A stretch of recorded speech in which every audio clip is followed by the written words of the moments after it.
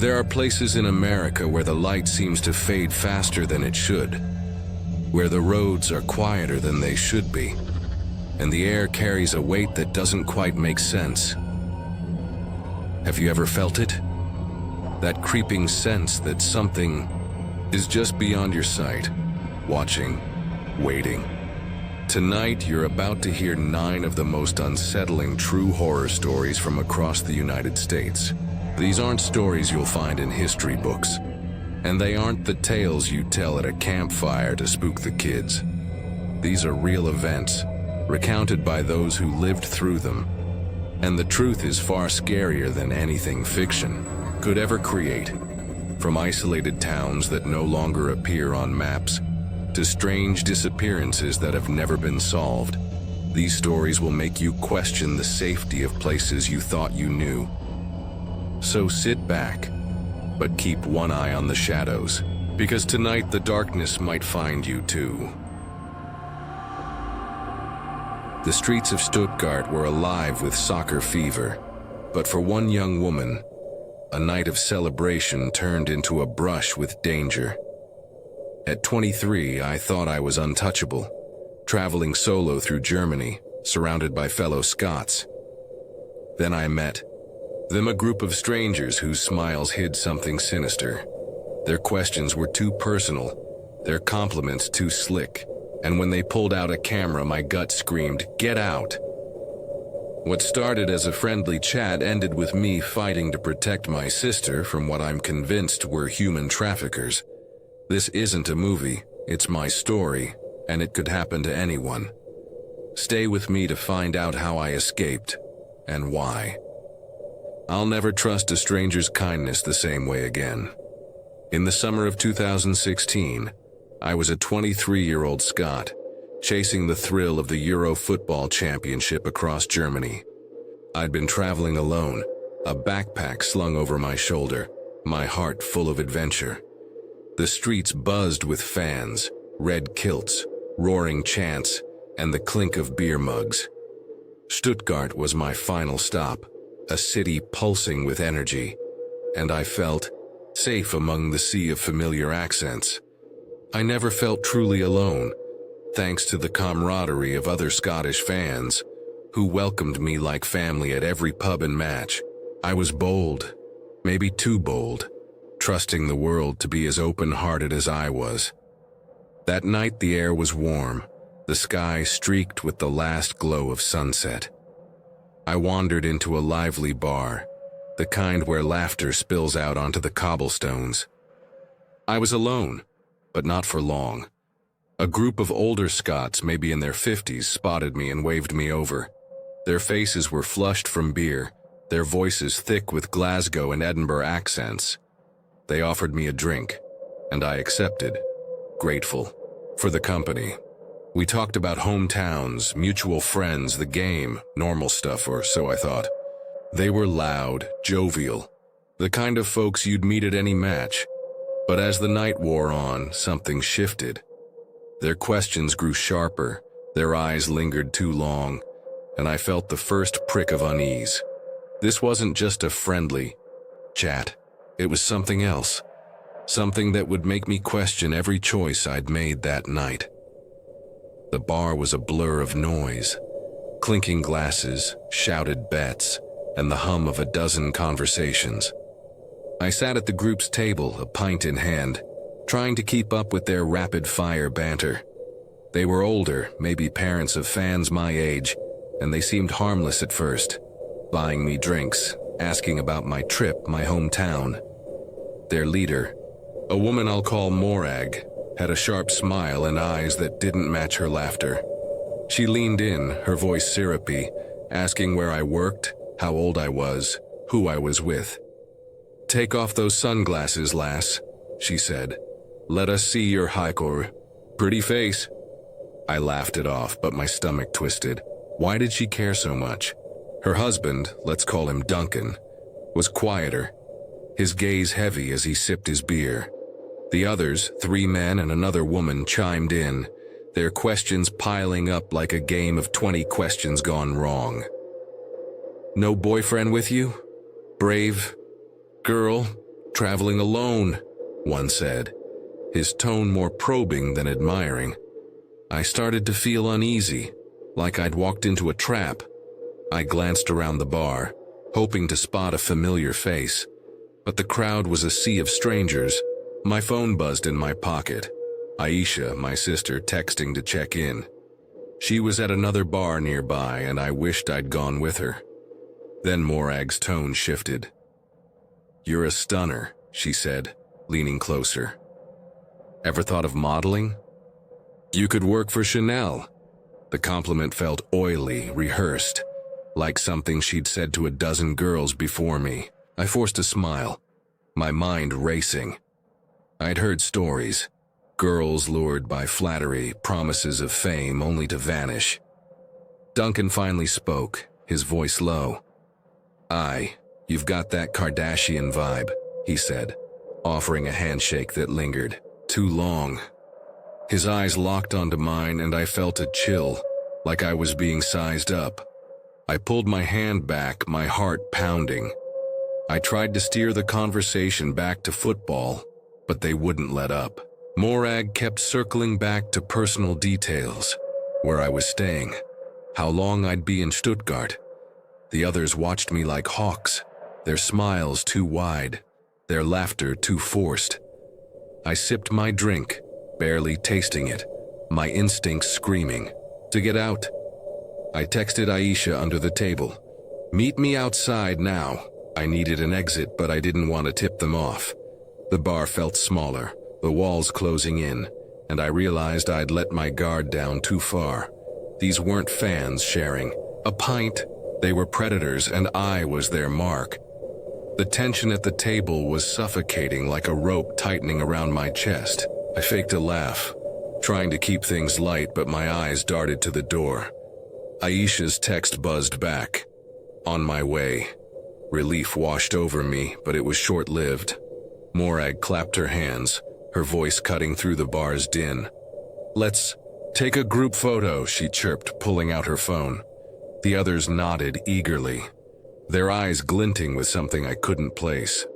I shook my head, mumbling an excuse about bad lighting, but Aisha, who'd just arrived, was too trusting and agreed to pose.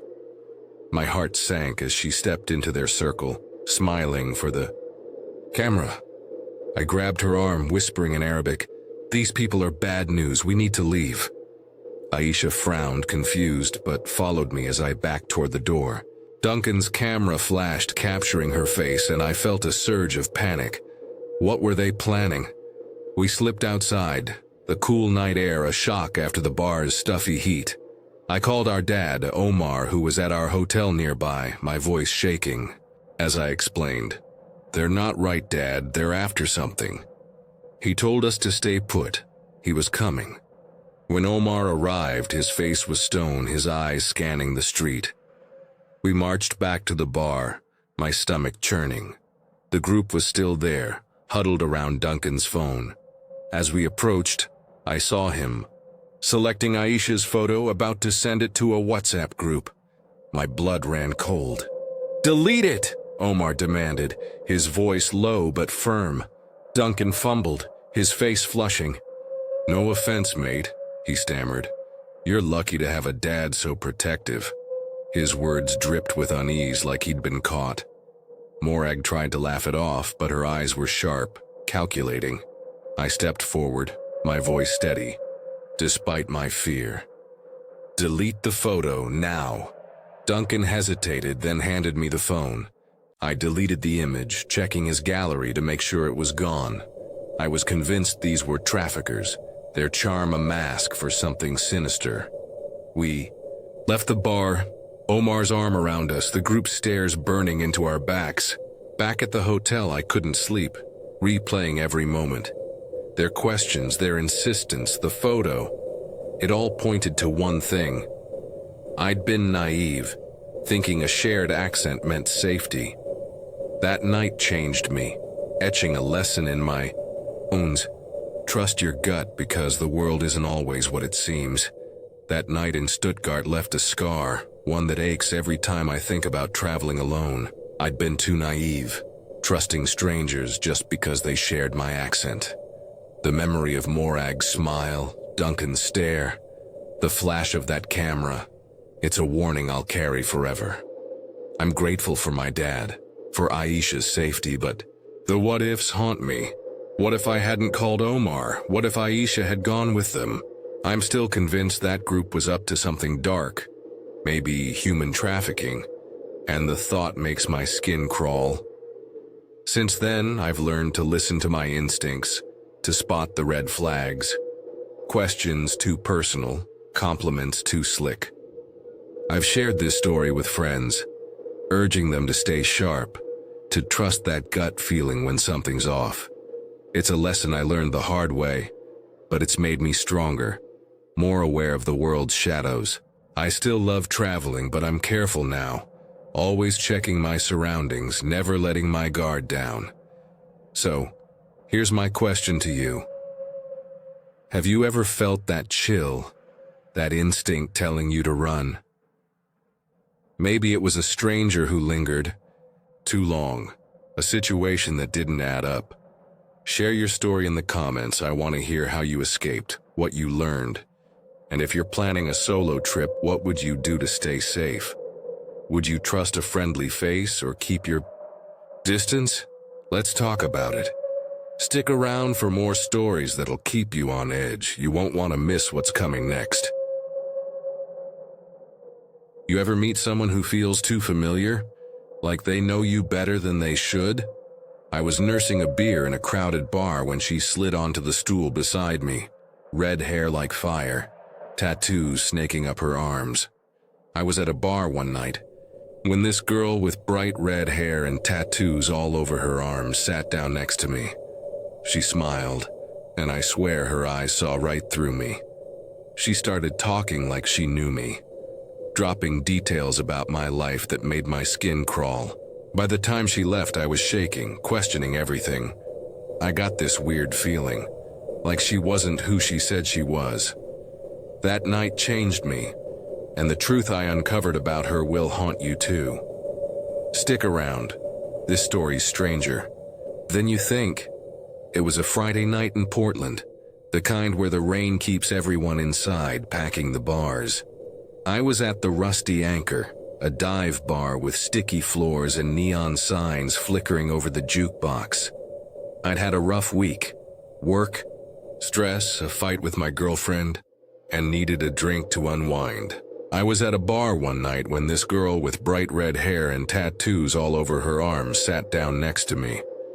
Her hair was a vibrant crimson, catching the dim light, and her arms were covered in ink, skulls, roses, strange symbols I couldn't place. She ordered a whiskey neat and turned to me with a smile that felt too knowing. "Hey, you're Alex, right?" she said, her voice low, almost musical. She started talking like she knew me. I froze, my beer halfway to my lips. I hadn't told her my name, hadn't even made eye contact. Yeah, I said, trying to play it cool. "Do I know you?" She laughed, a sound that sent a shiver down my spine. "Not yet," she said, "but I know you. Grew up on Maple Street, didn't you? Mom's a nurse, Dad left when you were 10? My jaw dropped. Those were details buried deep, stuff I didn't share with strangers. I got this weird feeling, like she wasn't who she said she was. Her name, she said, was Lily. She leaned closer, her perfume sharp and floral, like something from a funeral home, mentioning things about my life I hadn't told anyone. She kept going. My high school job at the gas station, the scar on my knee from a bike crash. It was like she'd read my diary, if I'd ever kept one. I tried to steer the conversation, asking where she was from, but she dodged, saying, "Oh, here and there." Her eyes, green and piercing, never left mine, and I felt exposed, like she was peeling back my skin with every word. The bar was loud, but her voice cut through, clear as a bell.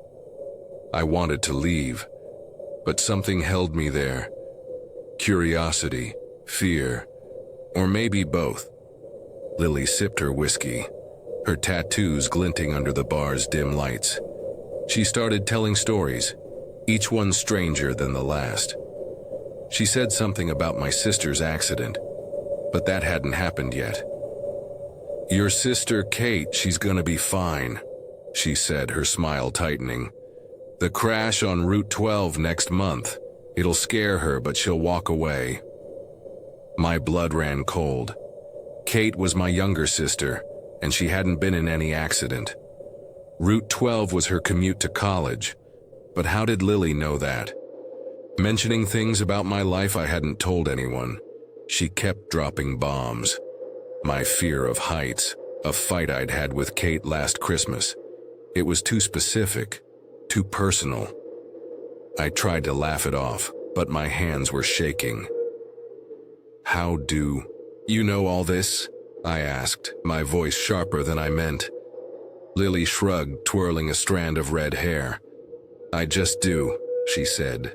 "Some people see things, Alex, like your future, like Kate's car spinning out in the rain."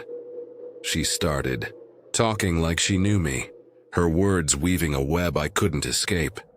She mentioned a name, Mr. Thompson, my old history teacher who died years ago, saying he'd always liked me. But then she slipped, saying she'd seen him last week at a diner.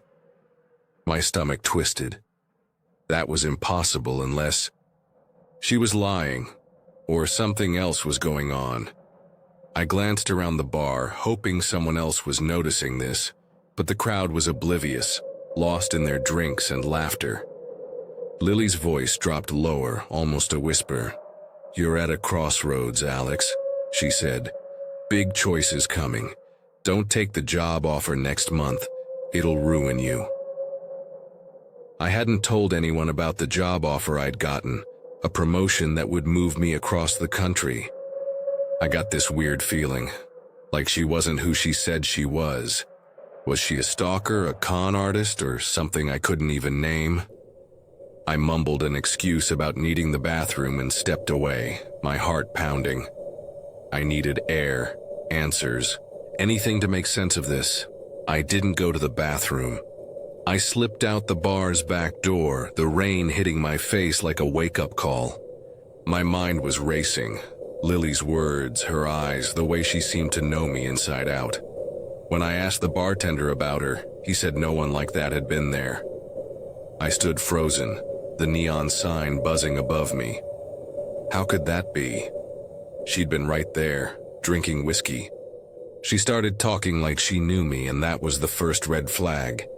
If I'd walked away sooner, maybe I wouldn't be haunted by her now. I've also learned to value the people in my life. Kate, my girlfriend, my friends. I check in more, ask questions, make sure they're okay. Lily's warning saved Kate, but at what cost? I'll never know, and that's the worst part. Here's my advice. Pay attention to the strangers you meet. Most are harmless, but some carry secrets that can unravel you. If someone knows too much, says things that don't add up, get out. Don't let curiosity trap you like it did me. And if you're struggling with a mystery that won't let go, talk to someone, a friend, a therapist, anyone. You don't have to face it alone. I'm still piecing this together, but sharing it helps. Maybe you've got a piece of the puzzle. Have you ever met someone who seemed to know you too well, who left you questioning everything? A stranger, a glance, a conversation that didn't sit right? Tell me in the comments. Your story might help me or someone else make sense of the unexplainable. And if you want to hear more about the encounters that change us, hit that subscribe button and ring the bell. The world's full of shadows, but we can shine a light on them. Stay curious. Stay safe and don't trust every smile.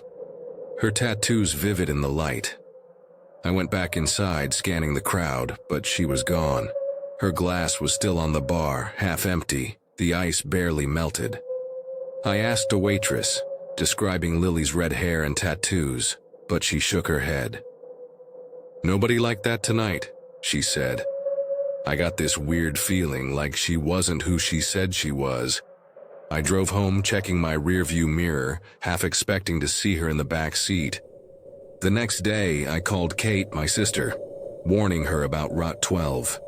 She laughed, calling me paranoid, but promised to be careful. I couldn't shake Lily's words about the accident, the job offer, Mr. Thompson. I started digging, desperate for answers. I checked social media, local news, even the bar's security footage through a friend who worked there. Nothing. No trace of a red-haired woman with tattoos. The footage showed me at the bar, talking to an empty stool. My friend thought it was a glitch, but I knew better. Lily had been there, real as the rain on my skin. I went back to the Rusty Anchor a week later, asking regulars if they'd seen her. One guy, an older biker with a gray beard, paused when I described her. "Red hair, tattoos?" he said. "Sounds like a girl I met years ago, same bar. Knew stuff she shouldn't, then poof, gone." He wouldn't say more, but his eyes were uneasy, like he'd seen a ghost. I started noticing things after that. A missed call from an unknown number, a faint floral scent in my apartment, like Lily's perfume.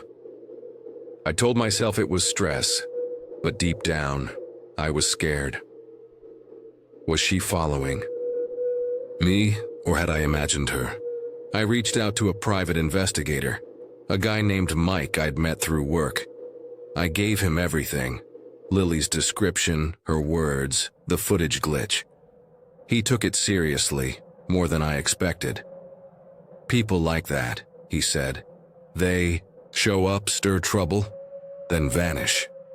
Could be a grifter, could be something else."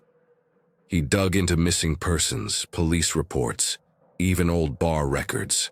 He found a pattern. Every few years, someone reported meeting a woman matching Lily's description. Red hair, tattoos, uncanny knowledge. Always at bars, always gone without a trace. No name, no ID, no proof. Mike warned me to drop it, saying, "Some mysteries aren't worth solving." But I couldn't. She said something about my sister's accident, but that hadn't happened yet, and that haunted me. Then it happened. A month later, Kate called, her voice trembling. She'd skidded off Route 12 in a rainstorm, her car spinning out.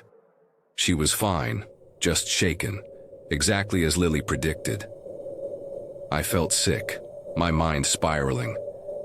Had Lily warned me to save Kate? Or was she part of something darker? I started second-guessing everything, the job offer, my choices, even my own memories. I turned down the promotion, too paranoid to trust it. My girlfriend thought I was losing it, and maybe I was. But Lily's face, her voice stayed with me, a puzzle I couldn't solve. It's been a year since I met Lily, but I still look over my shoulder. When I asked the bartender about her, he said no one like that had been there. That sentence plays in my head like a broken record, a reminder that some things don't add up. I moved out of Portland, hoping distance would dull the fear, but it hasn't. I check Kate's texts daily, make sure she's safe. She's fine now, driving a new route to avoid Route 12. But she doesn't laugh off my warnings anymore. Neither do I. Lily's words about Kate, the job, Mr. Thompson, were too precise, too real to dismiss. But who was she? A psychic, a con artist, or just a ghost in my head? I've tried to move on, but the questions linger. I keep a notebook now, jotting down every detail of that night, every clue Mike found. I've tracked down more stories. Bar. Patrons, drifters, even a cop who met a red-haired woman in Seattle. Same MO, knew too much, vanished fast. None of them had answers. Just the same uneasy look I see in my own reflection. I've stopped going to bars, too afraid of seeing her again. Or worse, not seeing her but feeling her. That floral scent still hits me sometimes, faint but unmistakable, in places it shouldn't be. My car, my new apartment. I tell myself it's nothing, but my gut says otherwise. Mike called last month saying he'd found one more lead, a missing persons case from the 90s. A woman named Eliza Kane, red hair, tattoos, last seen at a bar in Oregon.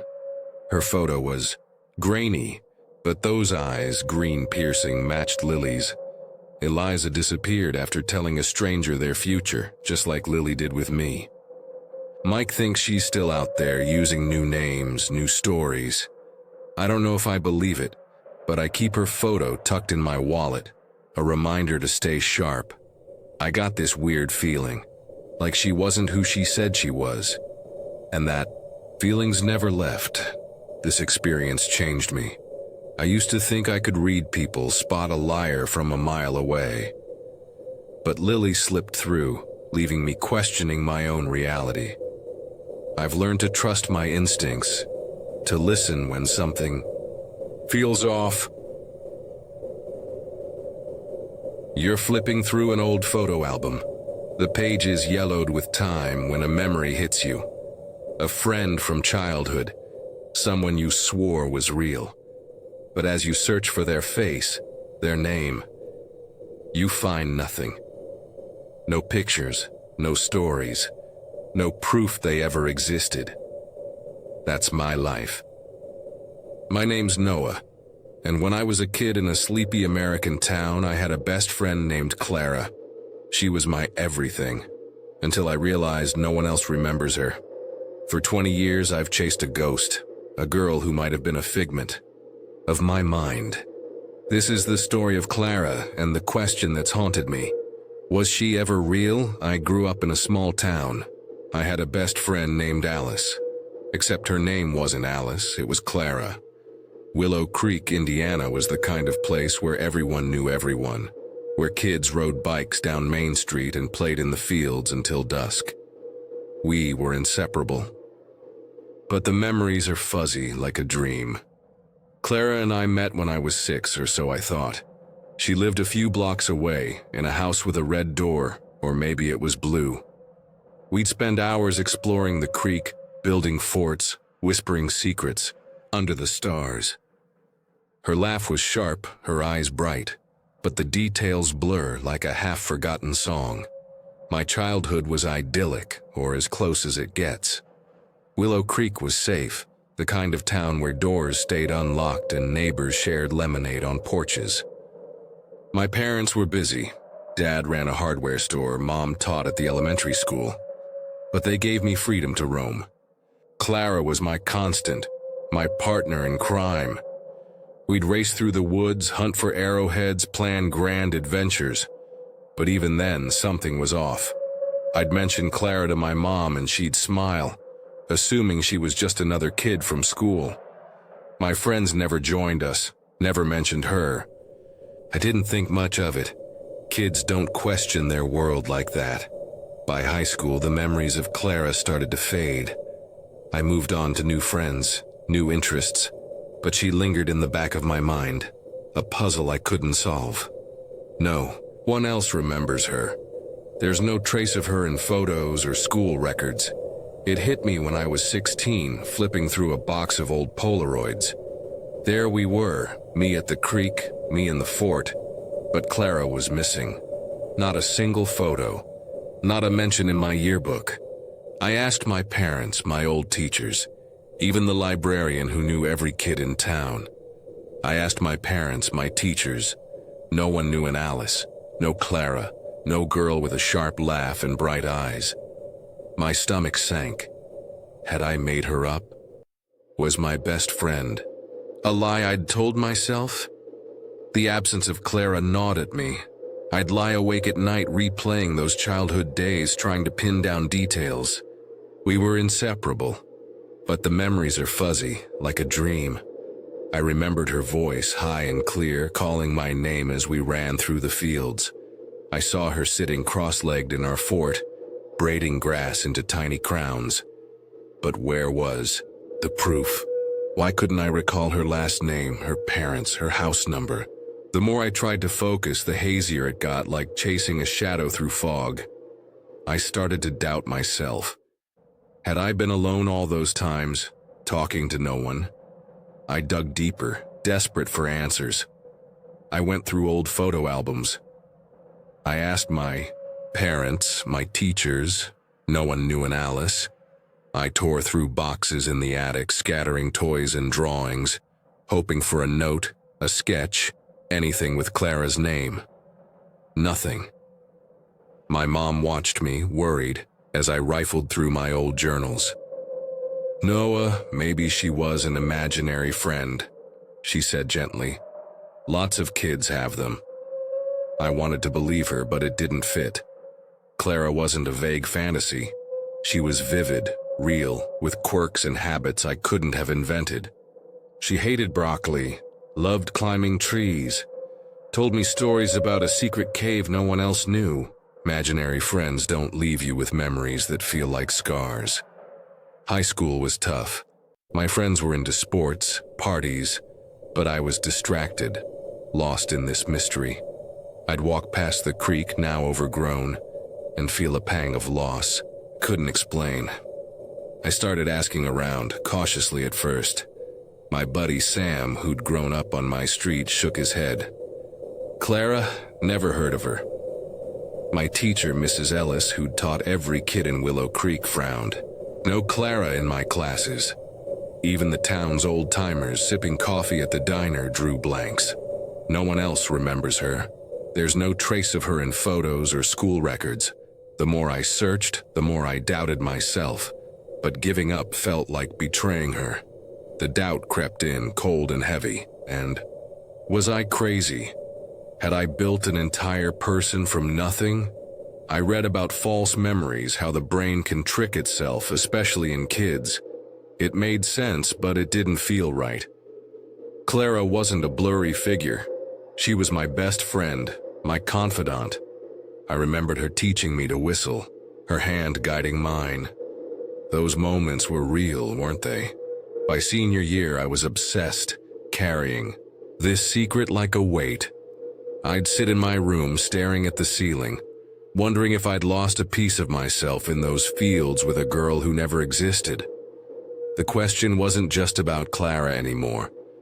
It was about me, my mind, my reality. What do you do when your past might be a lie? College gave me a fresh start, but Clara followed me. I'd catch myself doodling her name in lecture notes or staring out dorm windows, half expecting to see her. It's haunted me for years. Was she real, or did I make her up? I studied psychology, hoping to understand memory, how it bends and breaks. I learned about childhood imagination, how kids can create vivid companions to cope with loneliness. It fit. My parents were busy, I was an only child, often alone. But Clara wasn't a coping mechanism. She was too real, too specific. I needed proof, something to anchor her to the world. I went back to Willow Creek during breaks, determined to solve this. I went through old photo albums. I asked my parents, my teachers, no one knew an Alice. I visited the library, poring over town records, birth certificates, school rosters, even obituaries. Nothing. I walked the old routes, Main Street, the creek, the field where our fort once stood. The town hadn't changed much, but it felt emptier without Clara. I found the spot where we'd built our fort, now just weeds and dirt. I knelt there, digging with my hands, hoping for a relic, a braided crown, a carved stick. All I found was a rusted bottle cap. I started talking to people I hadn't seen in years. My neighbor, Mr. Thompson, who'd watched us kids play, squinted when I mentioned Clara. "Don't recall a girl like that," he said. But his pause lingered, like he was searching his own memory. I tracked down Jenny, a classmate who'd lived nearby. She laughed. "You and your imaginary friend, huh?" Her words stung, but I pressed on. I even called the county clerk, asking about families who'd moved away in the 90s. No Claras, no matches. No one else remembers her. There's no trace of her in photos or school records. The more I searched, the more I doubted myself. But giving up felt like betraying her. One night I found an old shoebox in my parents' basement, stuffed with my childhood things. Crayon drawings, a broken yo-yo, a folded note. My heart raced as I unfolded it. In my childish scrawl it read, Noah plus Clara, best friends forever. No last name, no details, just her name in my handwriting. It was the first proof I'd found, but it wasn't enough. I showed it to my dad, who shrugged. You were always scribbling stuff, he said. Doesn't mean she was real. I wanted to scream. That note was everything, a tether to Clara, to my past. But it raised more questions. If she was real, why was she gone? If she wasn't, why did I need her so badly? I clutched the note, feeling the weight of a truth I might never uncover. The note became my obsession. I carried it in my wallet, a fragile piece of paper holding my sanity together. It's haunted me for years. Was she real, or did I make her up? I'd pull it out at night, tracing the letters, willing them to reveal more. My college friends noticed my distraction, joking about my ghost girl. I laughed it off, but inside I was unraveling. Clara wasn't just a memory. She was a question that defined me. If she wasn't real, what else had I gotten wrong? My childhood? My trust in myself? My entire reality felt shaky. I went back to Willow Creek after graduation, now in my 20s, determined to close this chapter. I visited the school, walking the halls where Clara and I supposedly played. The janitor, Mr. Hayes, remembered me. You were always off by yourself, he said, not unkindly. Talking, laughing like you had a friend. His words hit hard.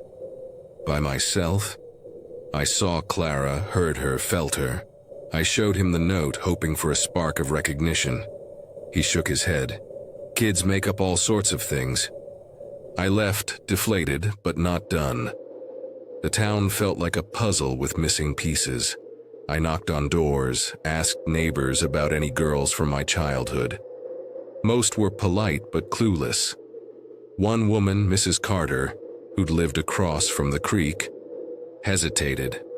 There was a family, she said slowly. Moved away when you were young, had a daughter maybe your age. Don't recall her name. My heart leapt, but she had no more details, no records, no photos.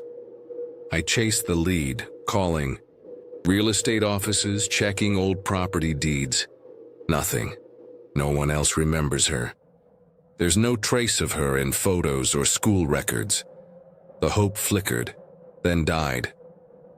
I started therapy, hoping to untangle my mind. My therapist, Dr. Lin, was patient, explaining how memories can distort, especially in kids. You might have created Clara to fill a void, she said.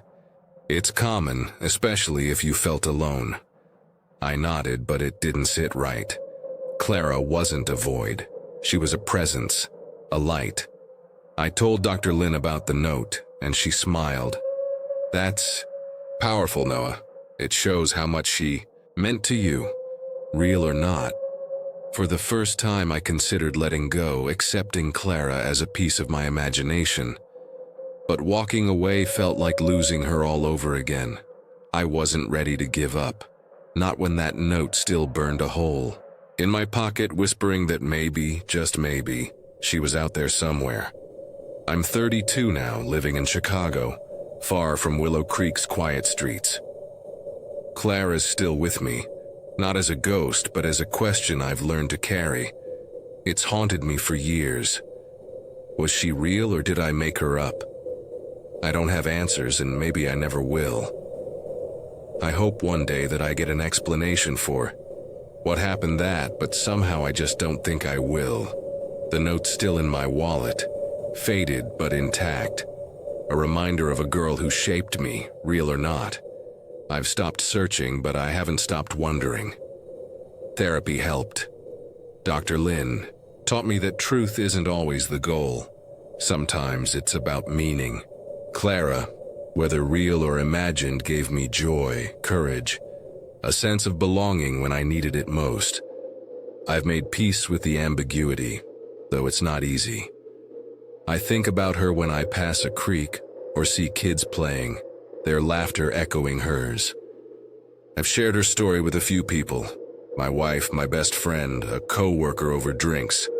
They're fascinated, but they don't feel the weight of it, the way it reshapes your trust in your own mind.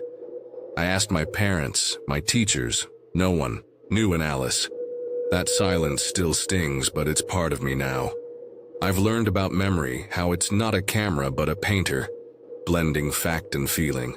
Maybe Clara was a neighbor's daughter, lost to time when her family moved. Maybe she was a composite, bits of real kids woven into someone my mind needed. Or maybe she was pure imagination, a friend I conjured to face an empty world. Whatever. She mattered. She taught me to question, to seek, to hold on to what's precious even if it's fleeting. That's her legacy, more real than any photo could be. Willow Creek is still there, unchanged, a time capsule of my childhood. I visit sometimes, walk the old paths, feel the ache of Clara's absence. Last year I stood by the creek, the note, in my hand, and let myself grieve. Not for a person, but for the certainty I'll never have. I didn't cry, but I felt lighter, like I'd finally set her free. If you ever find a memory that doesn't fit, a piece of your past that no one else sees, don't run from it. Embrace it, question it, let it teach you. Because the truth might be slippery, but the stories we carry define us. Clara, wherever you are, thank you for being my friend, even if it was only in my mind. The highway stretched into the night, a ribbon of asphalt swallowed by the desert's endless dark.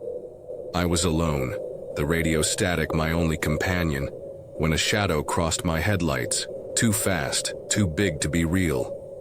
Then I saw it, a creature, wings like tattered sails, eyes glowing red, flying parallel to my car, matching my speed. It wasn't chasing me, it was escorting me, and every instinct screamed I wouldn't outrun it. My name's Ethan, and this happened in the summer of 2015. Driving home from a construction job in rural Nevada, I was driving home late at night on a desolate stretch of highway in the Nevada desert after a long shift, my pickup truck rattling under the weight of tools and exhaustion. The desert was empty, no cars, no lights, just the hum of my engine, and the occasional crackle of static from the radio. The radio was on, but it was just static, barely picking up anything out there. I was used to the solitude, but that night felt different. Heavier, like the air itself was watching. I'd been on the road for an hour, the clock nearing midnight, when I noticed a flicker in my peripheral vision. I caught a glimpse of something, large, moving parallel to my car just outside my driver's side window. I slowed down, thinking it was a bird or maybe a bat, but it kept pace, a dark shape gliding effortlessly. I couldn't make it out clearly at first because it was so dark, but it was big, way bigger than any bird I'd ever seen. I leaned closer to the window, my headlights catching a glint. Two red eyes, burning like embers, staring straight at me. My heart skipped, my hands tightening on the wheel. It had wings, massive, leathery wings that seemed to stretch forever, and it was keeping up with me no matter how fast I went. I floored the gas, pushing the truck to 80, then 90, but the creature didn't falter. Its eyes were locked on me, glowing red and unblinking. The radio surged, static turning to a low hum, like a voice trying to break through. I switched it off, but the hum persisted, vibrating in my chest. The creature veered closer, its wings brushing the air near my window, the sound like a sail snapping in the wind. I swerved, tires screeching, but it adjusted, staying just out of reach, its eyes never leaving mine. I glanced at the passenger seat where my phone lay. No signal. Not out here. The desert was a void, and I was alone with this thing. I kept driving, trying to focus on the road, but it was impossible with that thing right there. The creature's presence wasn't just physical. It was oppressive, like it was peeling back my thoughts, exposing every fear. I didn't know what it wanted, but I knew one thing. It wasn't letting me go. The highway stretched on, and with every mile the creature drew closer, its red eyes promising something I couldn't comprehend. The creature's wings cast fleeting shadows across my windshield, each flap sending a pulse of dread through me. Tried speeding up, slowing down, even swerving a bit to shake it, but nothing worked. It stayed right there. My truck roared, the speedometer climbing past 100, but the creature matched me effortlessly, its red eyes unblinking, like twin beacons. In the dark, the hum from the radio grew louder, now a rhythmic chant, words I couldn't make out but felt in my bones. I slammed the radio off again, but the sound persisted, echoing inside my skull. I glanced at the rearview mirror, hoping it was gone, but it was still there, closer now, its wings spanning wider than my truck. Its body was vaguely humanoid, but twisted with long limbs and a head that seemed too big for its frame. The desert stretched endlessly. No signs, no lights, just the creature and me. My hands shook, sweat stinging my eyes as I tried to focus on the road. Those eyes were the worst part. They weren't just looking at me. They were looking through me like it knew every thought in my head. It wasn't just following, it was studying me, peeling away my defenses. I remembered stories from coworkers, half-joking tales of desert monsters, things older than the land itself. I'd laughed them off, but now they felt real. The creature veered closer, its wingtip grazing my window, the glass vibrating under the impact. I swerved again, the truck fishtailing, gravel spitting under the tires. The creature adjusted, its movements fluid, predatory, like it was toying with me. The hum turned into a growl, low and guttural, vibrating through the cab, making my teeth ache. I fumbled for my phone, desperate for a signal, but the screen was blank, the battery dead despite being fully charged an hour ago. The creature's eyes flared brighter, and the truck's dashboard flickered, the gauges spinning wildly. I felt like it was messing with my head, trying to make me crash or pull over. My heart pounded, my breath shallow as I gripped the wheel, forcing myself to stay calm. I couldn't stop. Not here. Not with that thing so close. The highway curved, and I took the turn too fast, the truck tilting. But I held it steady, refusing to give in.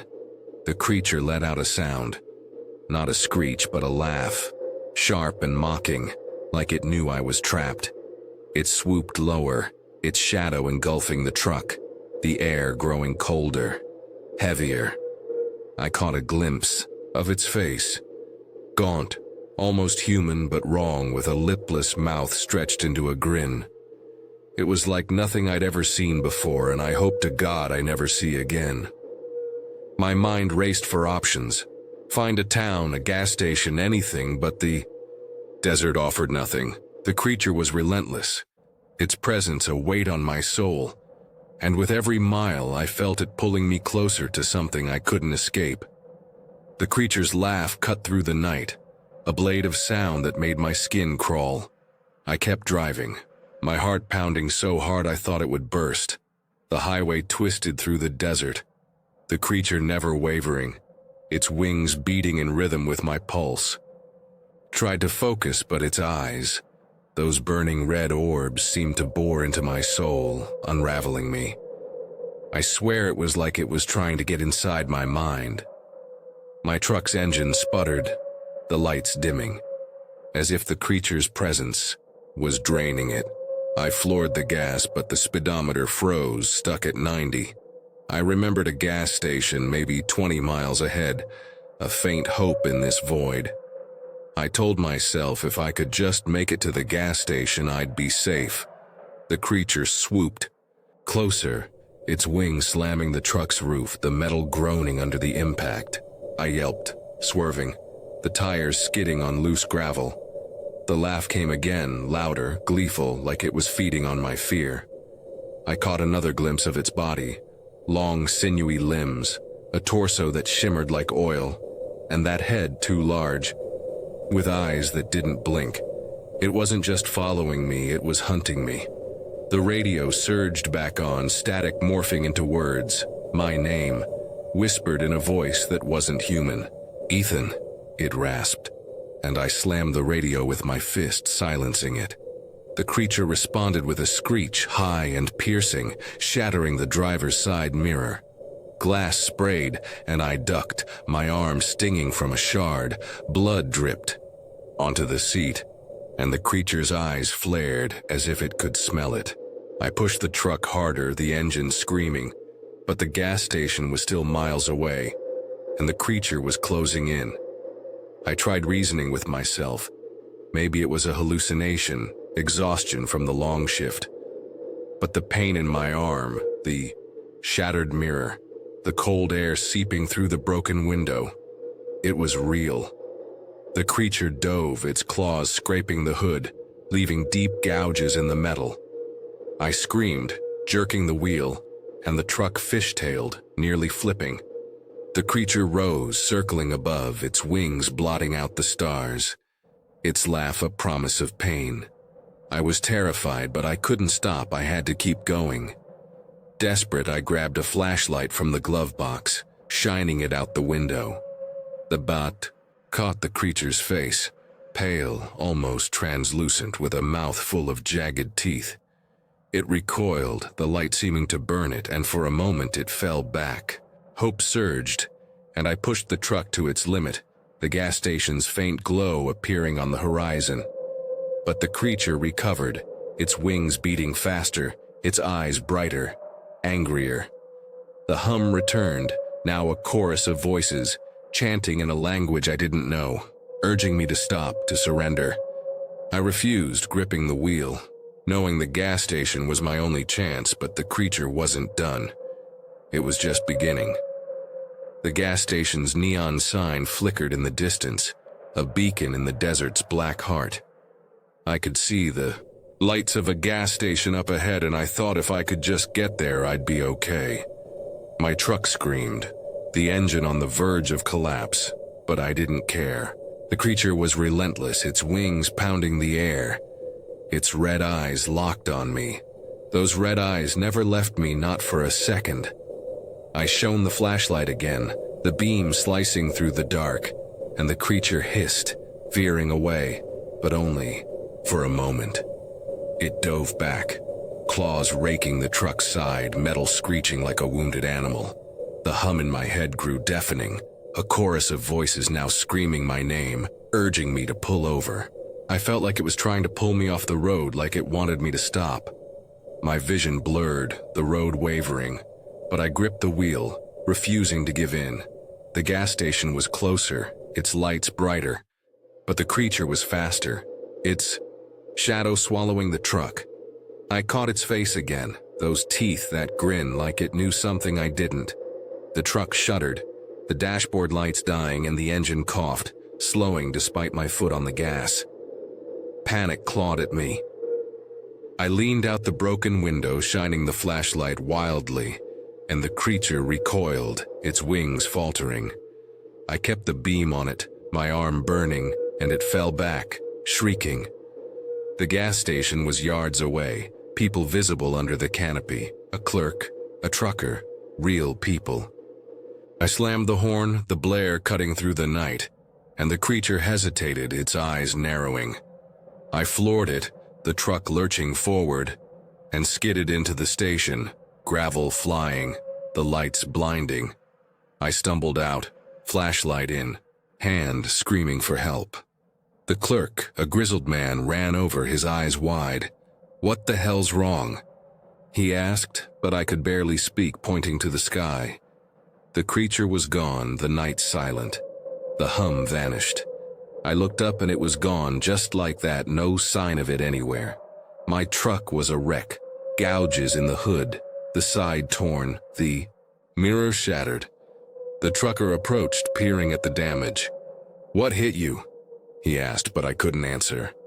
"How do you explain something like that?" I collapsed against the truck, my breath ragged, the flashlight slipping from my hand. The clerk offered water, but I barely heard him, my eyes scanning. The dark beyond the station. I kept looking out into the desert, expecting to see those red eyes staring back.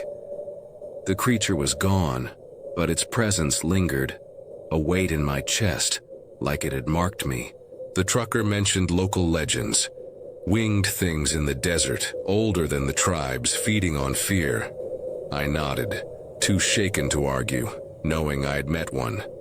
The gas station was safe, but the highway wasn't, and I wasn't sure I could ever drive it again. The clerk called a tow truck, and I sat in the gas station's harsh light, my hands still shaking, the desert's darkness pressing against the windows. I was shaken up bad, I couldn't stop thinking about those eyes. The trucker stayed, sharing stories of desert sightings, creatures that hunted the lonely, things no one could explain. I listened.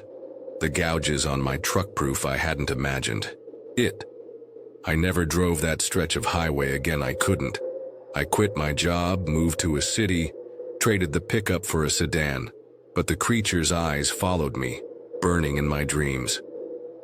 I researched Nevada legends, finding whispers of winged beings, tied to ancient caves and forgotten rituals. Some called them guardians, others predators, but all agreed. They chose their targets, marking them for life. I felt marked, the hum still echoing in quiet moments, the air sometimes cold, like the creature was near. I still see those red eyes, sometimes when I close my eyes at night. I installed cameras at my new place, checked locks obsessively, but nothing erased the feeling that something was watching. Months later, I met a co-worker from the construction site, a local who'd heard the stories. He wasn't surprised, saying the desert held things older than man, things that didn't forgive trespassers. He'd seen shadows himself, never as close, and advised me to avoid the highway, to let it go. I tried, but the creature had taken something, my sense of safety, my trust in the dark. I burned sage, prayed, even visited a shaman, but the hum lingered, a reminder of that night. I shared my story online, hoping for answers, and found others, drivers, hikers, who'd seen red eyes in the desert, felt the hum, escaped but never forgot. We formed a group, trading theories, some saying the creatures were spirits, others aliens, but all agreed they were real. I kept a journal, documenting every detail, hoping to understand, to reclaim some control. I don't know what it was, but I know it was real, and I know it's still out there. The desert wasn't just empty. It was alive, and I'd crossed its path. If you drive those lonely highways, watch the skies. Keep your lights bright, your doors locked, and don't stop. No matter what you see. I don't know what it wanted from me, but I'm just glad I got away. I was lucky, but the creature's still out there. Its red eyes waiting for the next driver to stray too far. The desert keeps its secrets, and some are hungry, ready to claim you when the night is darkest. I'll never know why it let me go, but I know it's not done, and neither am I. I'm still looking for answers, still trying to outrun those eyes. The radio hissed to life, spitting a voice that shouldn't exist. A distorted whisper calling my name from the void. I was alone, lost in the heart of a Native American reservation, my pickup truck the only thing keeping the darkness at bay. I was driving alone through a remote Native American reservation in the middle of nowhere. It was just me, my old pickup truck, and miles of empty road. This wasn't a ghost story I'd heard around a campfire. This was real. A night in 2010 that carved itself into my bones, a night I'll never forget. The road stretched endless, swallowed by shadows. The road was completely dark. No streetlights, just my headlights cutting through the night. I'd been driving for hours, heading home from a job in a neighboring state, taking a shortcut through a reservation I'd never crossed before. No map, no GPS, no cell service. Just me and the hum of my engine. I was tired, my eyes heavy, but the isolation kept me sharp. It gave me chills not just because it was creepy, but because I was in the middle of nowhere. No houses, no cars, no cell service. Then, it happened. My radio, which I hadn't turned on, started crackling with static. Then a voice came through, distorted and garbled like it was underwater. It wasn't a song, not a DJ. It was human. Words I couldn't parse. Like someone speaking through a broken speaker. My heart skipped. I glanced at the radio, its dial dark, untouched. It wasn't music or a broadcast, it was a human voice speaking words I couldn't make out. I tried to laugh it off. Faulty wiring, maybe. But the air felt wrong, heavy, like the night was holding its breath. I'd heard stories about these lands, whispers of sacred grounds where outsiders weren't welcome. I later learned that the area I was driving through was considered sacred by the local tribe. There were stories of spirits or entities that didn't like outsiders, especially at night. Old-timers at the diner I'd stopped at earlier had warned, "Stay on the main roads, the spirits don't like strangers." I'd shrugged, thinking it was folklore. Now, with that voice clawing through the static, I wasn't so sure. My name is Ethan, a 32-year-old mechanic who doesn't scare easy. I've fixed trucks in storms, camped in backwoods alone. But that night, something shifted. The voice wasn't just noise. It was personal, like it knew I was there, alone, vulnerable. I gripped the wheel, my knuckles white, scanning the darkness beyond my headlights. I felt like I was being watched, like something was out there in the dark just beyond the headlights. The reservation was silent. No animals, no wind. Just the voice, relentless, pulling me into its grip. I didn't know it then, but I was about to learn why some roads are better left untraveled. The voice on the radio grew louder, its distorted hum burrowing into my skull. The voice kept going on and off for about 10 minutes. I tried changing the channel, but it was on every station, even the ones that should have been dead air. I stabbed at the buttons, twisting the dial, but the static only thickened. The words, still unintelligible, like a plea from another world. My truck rattled along the empty road, the darkness pressing against the windows, and I felt it. A presence, not in the cab, but out there, just beyond the headlights' reach. I tried to focus, to keep my eyes on the road, but the voice was relentless. The voice started to sound like it was saying my name over and over, but still distorted, like it was trying to break through. Ethan. Ethan. Or was it my imagination? My pulse hammered, my mouth dry. I felt like I was being watched, like something was out there in the dark just beyond the headlights. I scanned the horizon, expecting to see eyes, a shape, anything. Nothing but black, endless black, and the voice that wouldn't stop. The reservation was a void, no signs of life, no houses, no cars, not even a coyote's howl. It gave me chills, not just because it was creepy, but because I was in the middle of nowhere, no houses, no cars, no cell service. I checked my phone again, still no bars. The radio was my only companion, and it was betraying me. I thought of the diner stories, the warnings about spirits that guarded these lands. Some said the spirits could mess with electronics like radios to communicate or warn people to leave. Was this a warning, or something worse? I remembered my grandfather, a man who'd hunted these plains, telling me about the old ways. "Respect the land," he'd said. "Some places don't belong to us." I hadn't listened, too stubborn, too modern. Now, with the voice clawing at my sanity, I wished I'd paid attention. The air in the cab grew heavy, like it was charged with something electric. I swore I saw movement, a flicker in the rearview mirror, a shadow darting across the road.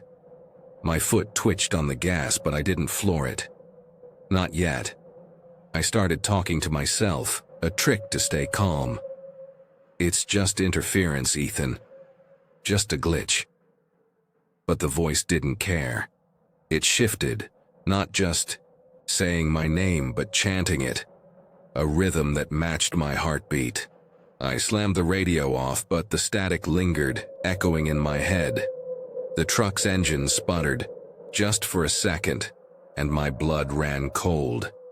Was it the truck, or something else, tampering with the only thing keeping me safe? The road curved, my headlights catching a faded sign, "Sacred ground, no trespassing." My stomach dropped. I later learned that the area I was driving through was considered sacred by the local tribe. I wasn't supposed to be here, not at night, not alone. The voice grew sharper, almost clear, like it was fighting to be heard. I didn't want to hear it.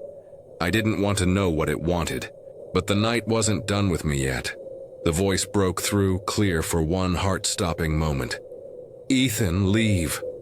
Then it shattered back into static, a scream of distortion that filled the cab. Then it just stopped, dead silence. The radio went quiet, and I didn't hear it again. My hands shook on the wheel, my breath ragged. The silence was worse than the voice.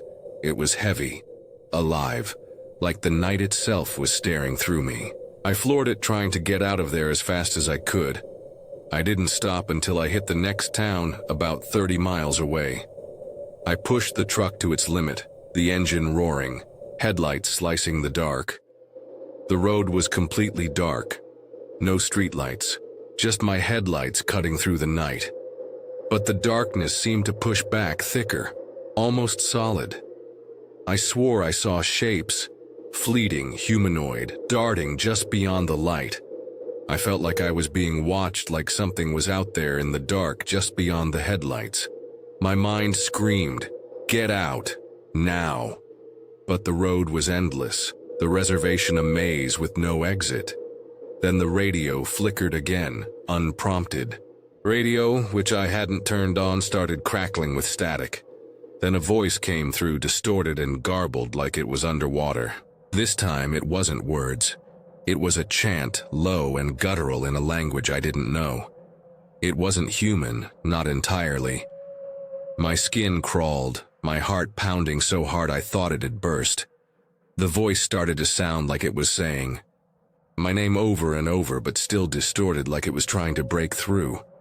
I slammed the off button, but the chant continued, echoing from nowhere.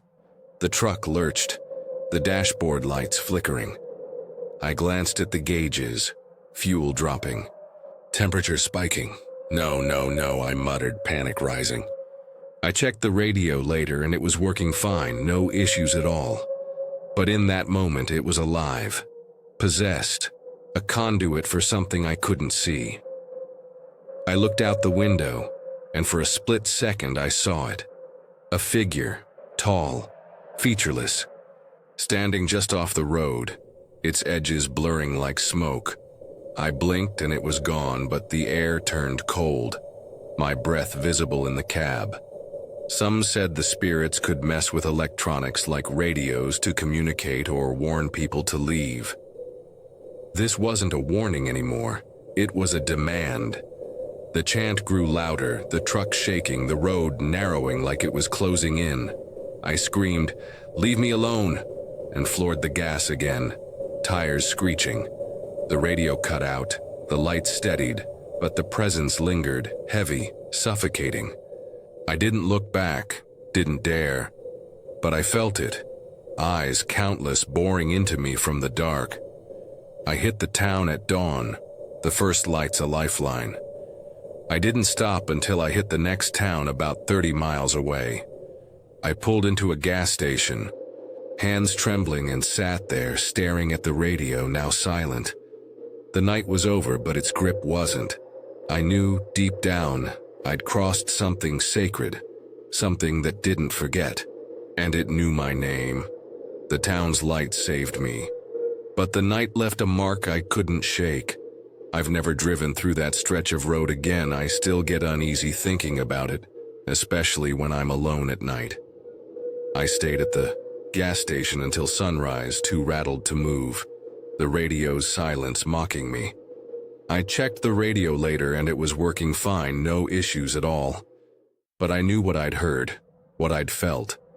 That voice wasn't a glitch. It was alive and it had called my name. I told my story to a friend, Sarah, a Native American woman who grew up near the reservation. Her face went pale. I told a friend who's Native American and he said I was lucky to get out without something worse happening. She corrected me. Not he, me. And you weren't just lucky, Ethan. He said the spirits in that area don't always let people leave so easily. She explained the land was sacred, guarded, by entities older than the tribe, older than time. I later learned that the area I was driving through was considered sacred by the local tribe. There were stories of spirits or entities that didn't like outsiders, especially at night. They didn't just warn, they claimed. Sarah took me to an elder, a woman named Lena, who listened quietly as I recounted the night.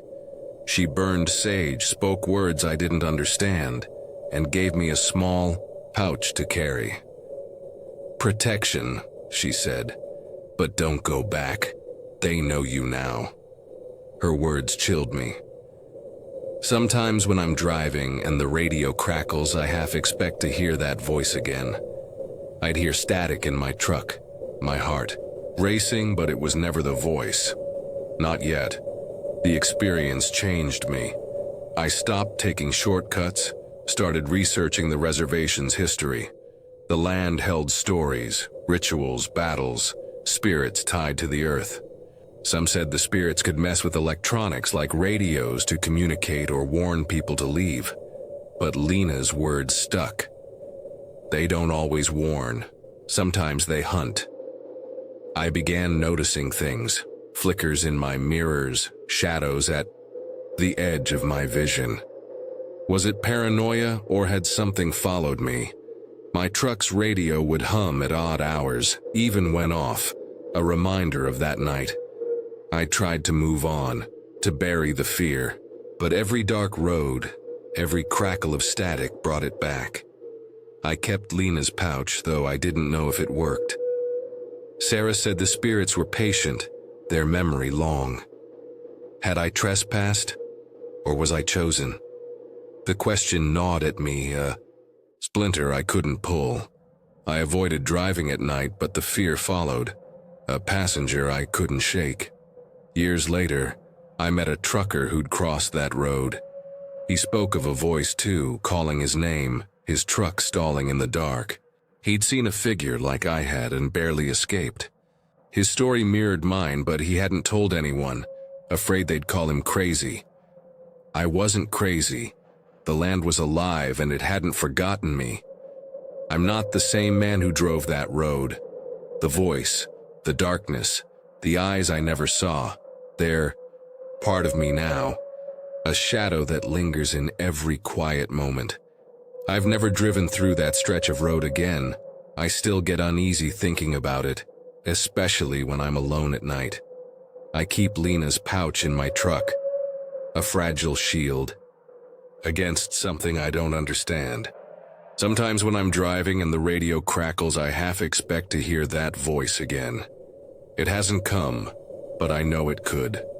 The land doesn't forget, and neither do I. I've read about the reservation, its sacred grounds, its guardians. I later learned that the area I was driving through was considered sacred by the local tribe. There were stories of spirits or entities that didn't like outsiders, especially at night. The tribe speaks of protectors, spirits who speak through the earth, through machines to warn or to punish. Some said the spirits could mess with electronics like radios to communicate or warn people to leave. But Lena's warning haunts me. They know you now. What did they see in me? A tired mechanic crossing their land? A trespasser or something more? The fear follows me. At night I dream of that road, the voice distorted and garbled like it was underwater chanting my name. I wake, heart pounding, checking the radio, half expecting static. I've seen things since. Flickers in my headlights, shapes in the dark. Are they real, or is my mind breaking under the weight of that night? Sarah says the spirits mark those they touch, a claim that never fades. I carry that mark, a wound. I can't see but always feel. This isn't just my story, it's a lesson. Some places aren't ours to cross, some voices aren't meant to be heard. I told a friend who's Native American, and he said I was lucky to get out without something worse happening. Luck or not, I survived, but at a cost. If you ever drive a dark road and hear a voice that shouldn't be, don't listen. I floored it, trying to get out of there as fast as I could. Floor it, and don't look back. The spirits don't always warn, they watch, they wait, and they remember. What would you do if your radio spoke your name alone in the dark? Would you stop, curious, or run, knowing some things aren't meant to be known? I ran, but I'm still running, chased by a voice I can't unhear. The land is out there, sacred, alive, waiting for the next soul to cross its path. Respect it or pay the price. Trust your gut, because the dark holds truths we're not ready to face. You're driving alone on a deserted Nevada road, the night so dark it swallows your headlights. Then, at a lonely intersection, your car dies, and the radio crackles with a voice that isn't human. Time stretches, minutes feel like hours, and when you finally escape, your clock says only moments have passed. This happened to me in an abandoned mining town, where the past doesn't stay buried. Was it a glitch in reality, or something tied to the ghosts of a 19th century tragedy? This story isn't just about a broken car. It's about a place that traps you, messes with your mind, and leaves you questioning what's real. Stick with me, because what I found at that intersection will chill you to the core. I've lived in a small Nevada town my whole life, the kind of place where everyone knows your name, and the desert stretches endlessly beyond the last streetlight. My job at a warehouse 45 minutes away meant late-night drives home, cutting through a desolate stretch of road flanked by the ruins of old mines. This road was remote, with just one intersection, no streetlights, and a silence that felt alive. The mines, abandoned since the 1800s, were a local legend. Whispers of cave-ins, lost prospectors, and eerie lights that flickered in the dark. I never paid much attention. I'm practical, not the type to jump at shadows. But that night, everything changed. It was past midnight. The sky a blanket of stars, my old pickup rumbling along as classic rock hummed through the speakers. The intersection loomed ahead, a simple crossroad marked by a faded stop sign. I'd driven this route 100 times, but something about that night felt off. The air was heavy, the desert too quiet, like the world was holding its breath. I gripped the wheel, telling myself it was just fatigue. Little did I know, that intersection was about to pull me into a mystery I'd never unravel. One that would make me question time, reality, and the ghosts of Nevada's past. I slowed at the intersection, the stop sign barely visible in the dark. My headlights cut through the night, illuminating nothing but dust and sagebrush. Then, without warning, my truck sputtered. The engine died, the dashboard went black, and the radio erupted into static. A low, garbled hum, like a voice trying to break through. I turned the key, but the engine wouldn't catch. My pulse quickened. This wasn't a dead battery or a loose wire. My truck was only a year old, serviced regularly. I tried again. Nothing. The radio grew louder, the static twisting into something that sounded almost human, words just out of reach. It was as if someone or something was speaking, but the words were muffled, distorted. I sat there, alone in the dark, the desert pressing in. The intersection felt like a void, a place where the world stopped. I checked my phone. No signal, not surprising out here. but the time on my screen read 12:47 a.m., and I swore I'd been stuck for longer than a minute. Minutes dragged like hours, each second stretching into eternity. I kept turning the key, my hands shaking, the radio's hum drilling into my skull. I glanced out the window, half expecting to see something, a figure, a light. But there was only blackness. The air inside the truck felt thick, like I was breathing through a mask. Then just as suddenly the engine roared to life, the radio snapped back to classic rock, and the dashboard lit up. I floored the gas, desperate to leave that intersection behind. My heart pounded as I sped toward home, the desert blurring past. When I pulled into my driveway, I checked the time, 12:53 a.m. Only 6 minutes had passed, but it felt like I'd been trapped for hours. I sat in the truck, gripping the wheel, trying to make sense of it. Had I imagined the time stretching? Was the radio just picking up interference? But deep down, I knew it wasn't that simple.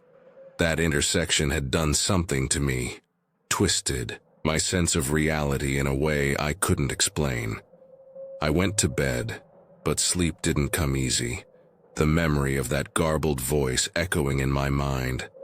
The next few days were a blur, but that night at the intersection clung to me like a shadow. I couldn't shake the feeling that I'd brushed against something I wasn't meant to. I avoided the mining road, taking a longer route to work, but curiosity gnawed at me. What was that place? Why did it feel so wrong? On my day off, I decided to go back, not at night, but in broad daylight when the desert sun would strip away the fear. I drove to the intersection, my friend Emma riding shotgun for moral support. We parked near the stop sign, the area looking almost mundane under the harsh light. Sagebrush dotted the ground, and rusted mining equipment peeked from the hills. I spotted a weathered sign half buried in the dirt. Mining District, Estier, 1872. It was barely legible, but it confirmed the area's age. Emma and I walked the intersection looking for clues.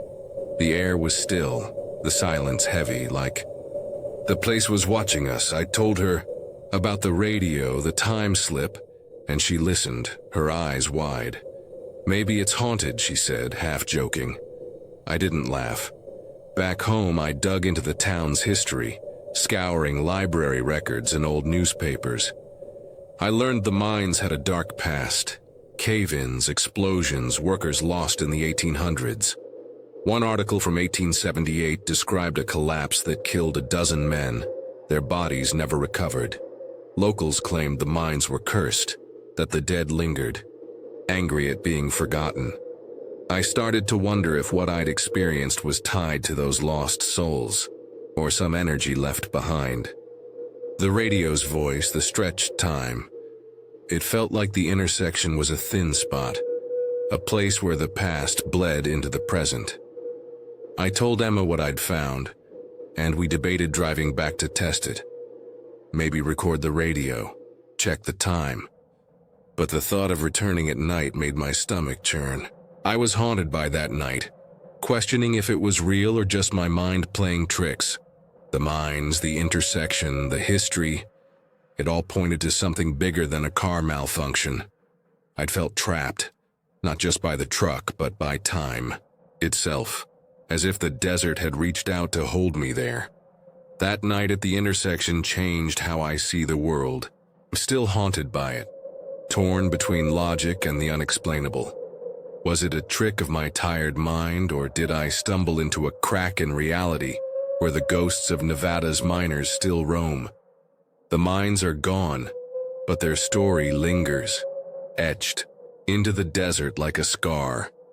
I drive the long way home now, avoiding that intersection, but I can't escape the questions.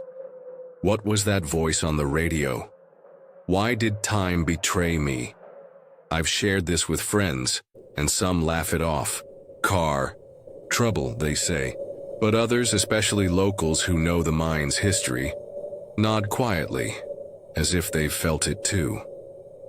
I learned about the area's past, and it makes me wonder if something lingers there, something that doesn't want to be forgotten. If you've ever felt time slip away, or heard something you can't explain, you know the chill I'm talking about. Share your story in the comments. Have you crossed a place that felt wrong, where the past reached out? And if you found yourself stuck in a moment that didn't add up, what would you do? Would you dig deeper, or leave it buried? Let's talk. Stick around for more stories that'll make you question reality. You won't want to miss what's next. I was up late around 2 a.m. when I noticed someone standing outside my front door. His silhouette loomed through the glass, a dark figure with eyes that burned into me, unblinking, like he was peeling away my soul. He just stood there, staring, with these intense, almost feral eyes. My safe little world shattered in that moment. My home no longer a refuge, but a cage. I froze, heart pounding, unable to scream as he watched motionless, like he belonged there. That night wasn't just a scare. It was a warning, one that's haunted me ever since. I couldn't shake the feeling he'd come back, that he was watching me. Stick with me, because what happened next will make you lock your doors tonight. My house in Boise, Idaho was my sanctuary, a modest ranch-style home in a sleepy suburb, where the biggest drama was whose dog barked too loud. But that night, everything changed. I was up late, around 2 a.m., when I noticed someone standing outside my front door. I'd been scrolling through my phone in the living room, the glow of the screen my only light.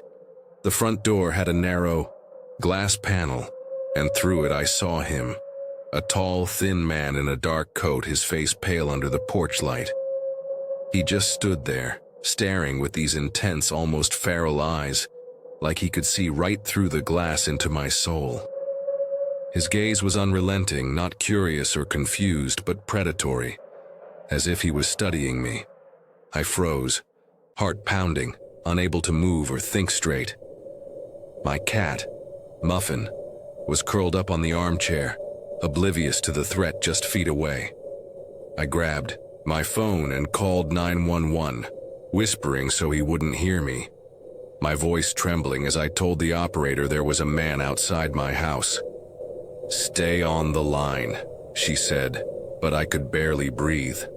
I couldn't shake the feeling he'd come back, that he was watching me, even as I hid behind the couch, peeking at the door. He didn't knock, didn't try the handle, just stood there, his breath fogging the glass in slow, deliberate puffs. Then, suddenly, he turned and walked into the darkness, his steps silent. I called 911, but he was gone before they arrived. They say police searched the yard, their flashlights cutting through the night, but found nothing. No footprints, no signs of him. I checked the cameras, but no one saw him. And the footage was useless. Just a loop of static from 1:50 to 2:10 a.m. The officer suggested it might be a prank, but the fog on the glass told a different story. I sat on the couch, Muffin now awake, and staring at the door, as if she sensed something I couldn't.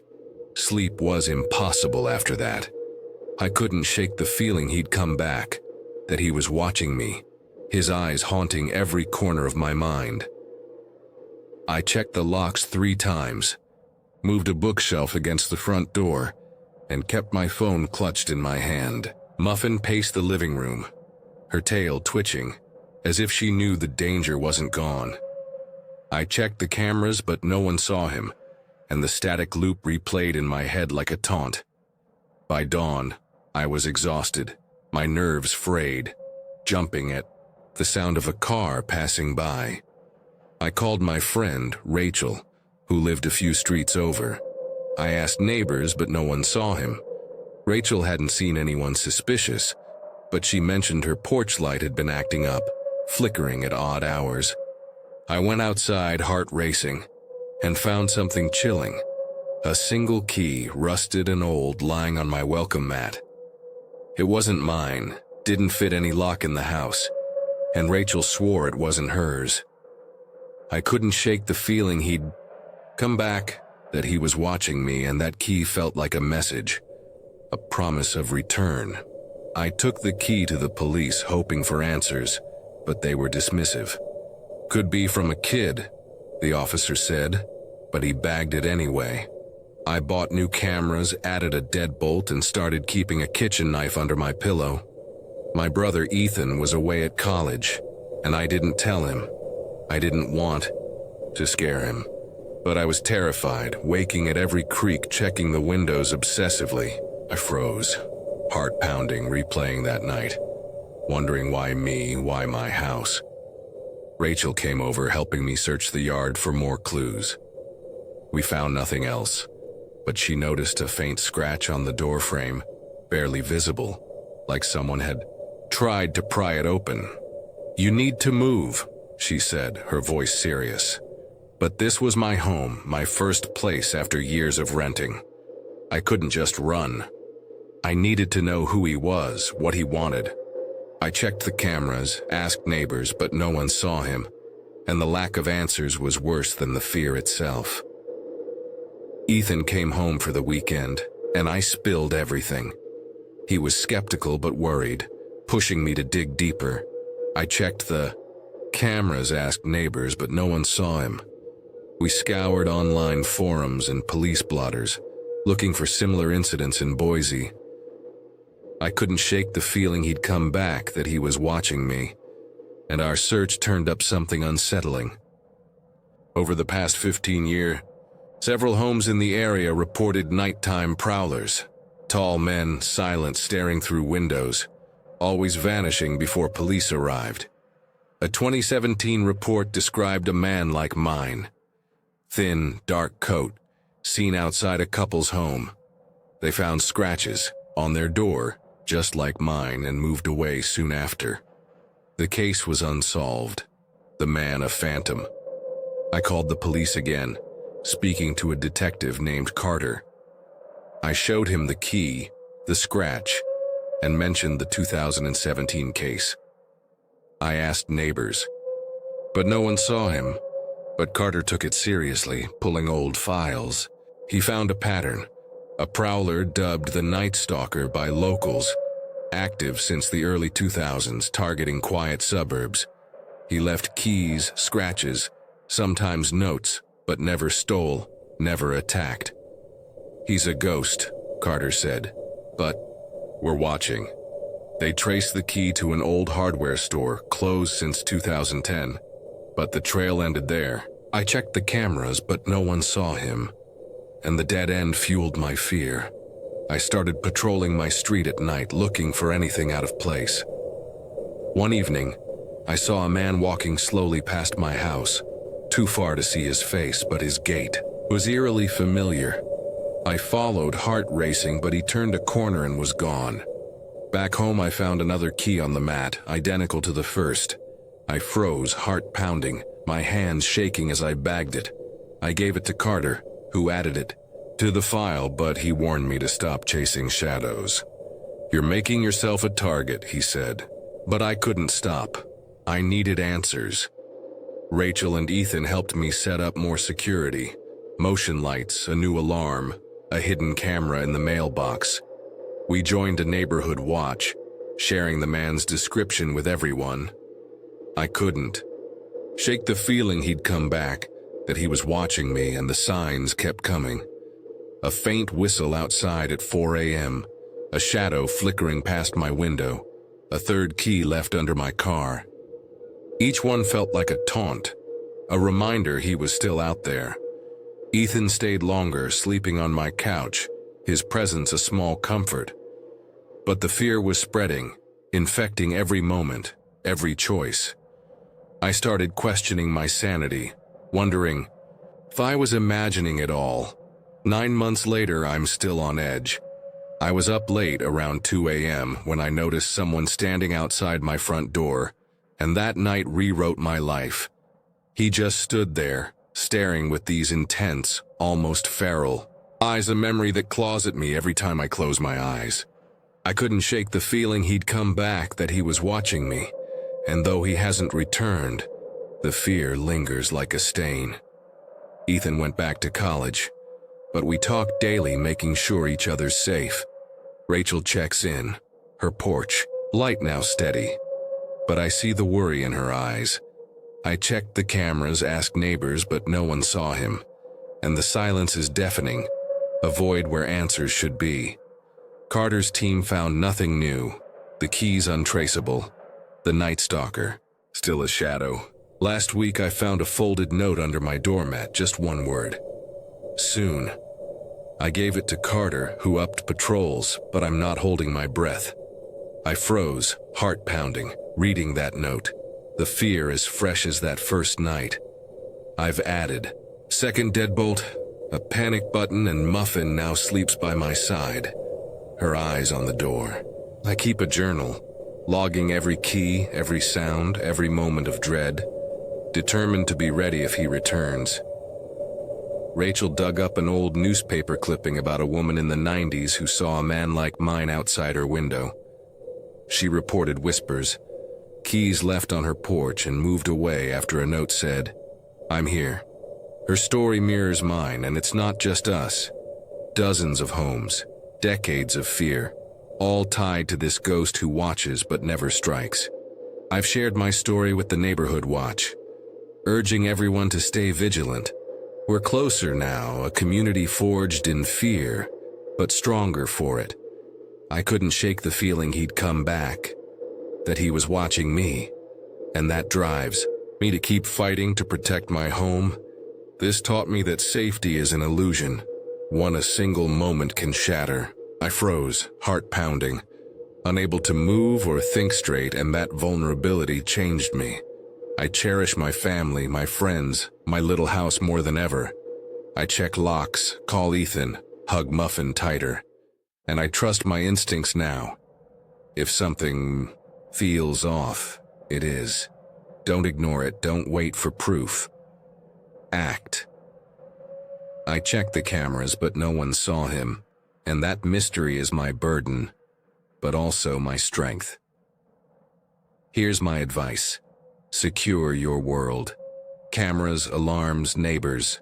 Build a fortress. Most strangers are harmless, but some carry darkness, and you won't know until they're at your door. If you feel watched, if fear creeps in, tell someone, police, a friend, anyone. You're not alone.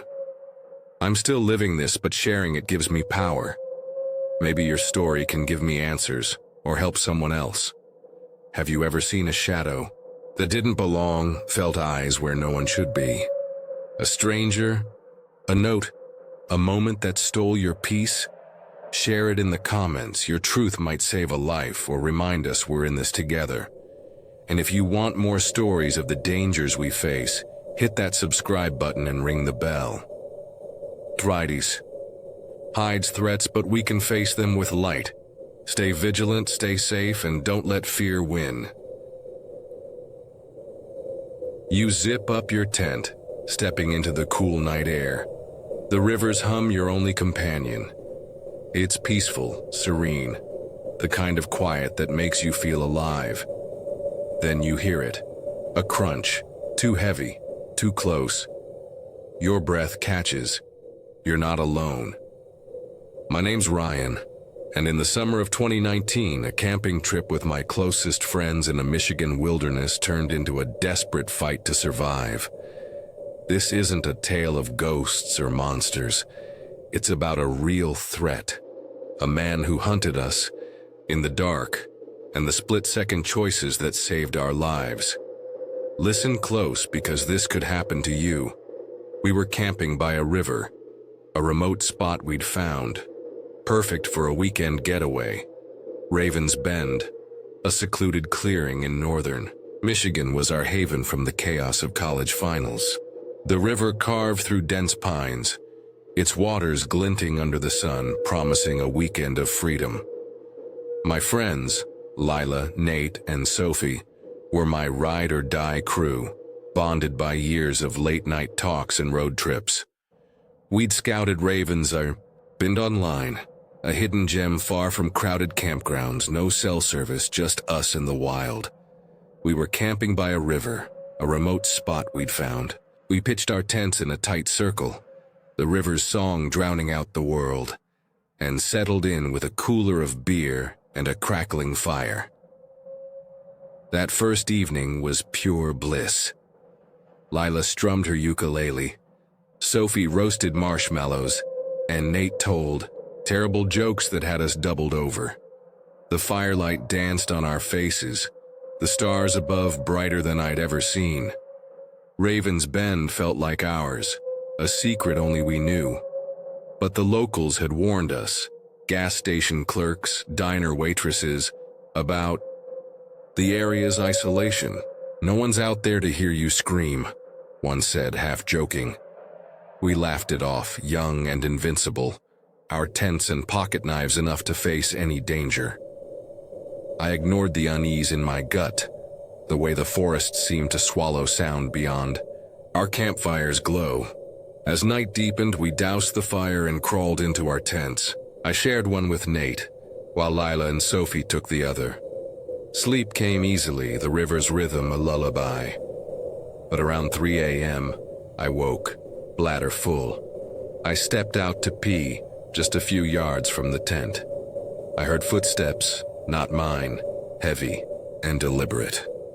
I unzipped the tent quietly, stepping into the chilly darkness.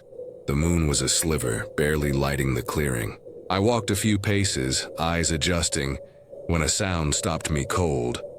A crunch, not my sneakers, coming from the trees. My heart thudded. I held my breath, listening. Another crunch, closer, deliberate. Someone was out there, and they weren't, trying to hide. The footsteps echoed in the stillness, each one a hammer to my chest. I stepped out to pee, just a few yards from the tent. I heard footsteps, not mine, heavy and deliberate. I froze, eyes straining against the dark, the rivers in now a distant drone. Another crunch, then a rustle moving closer, circling the camp. My mind scrambled. Bear? Deer? But these steps were human, purposeful. I whispered, "Nate," hoping he'd hear, but the tent stayed silent. Panic clawed at me, my flashlight. Forgotten in the tent. I took a step back, sneakers sinking into the dirt, praying I'd imagined it. Then a shadow moved. A man stepped out from the trees. He was running at us, something in his hand, maybe a knife. He was tall, broad, his face shrouded in shadow, but his eyes caught the moonlight. Cold, predatory. He was sprinting now, a glint of metal in his grip, definitely a blade. My stomach lurched. "Nate!" I yelled, diving for the tent. Nate jolted awake, cursing. "What's... Move!" I grabbed his arm, pulling him out. Lila and Sophie's tent unzipped, their faces pale. "Ryan, what's going on?" Sophie shouted. He was running at us, something in his hand, maybe a knife. The man was closer, his footsteps pounding, his breath a harsh rasp. "Run!" I screamed, snatching my flashlight.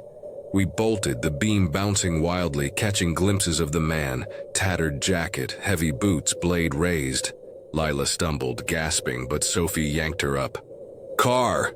Nate roared, pointing to our SUV, parked 100 feet away. The forest was a maze of roots and branches, snagging our clothes, slowing us down. I glanced back. The man was gaining. His eyes locked on us, his pace relentless. My lungs burned, my legs screaming, but fear drove me forward. The car was our lifeline, our only chance. We reached the clearing, the SUV's outline barely visible. A man stepped out from the trees. He was running at us, something in his hand, maybe a knife. He was 10 feet away, his blade flashing as he lunged.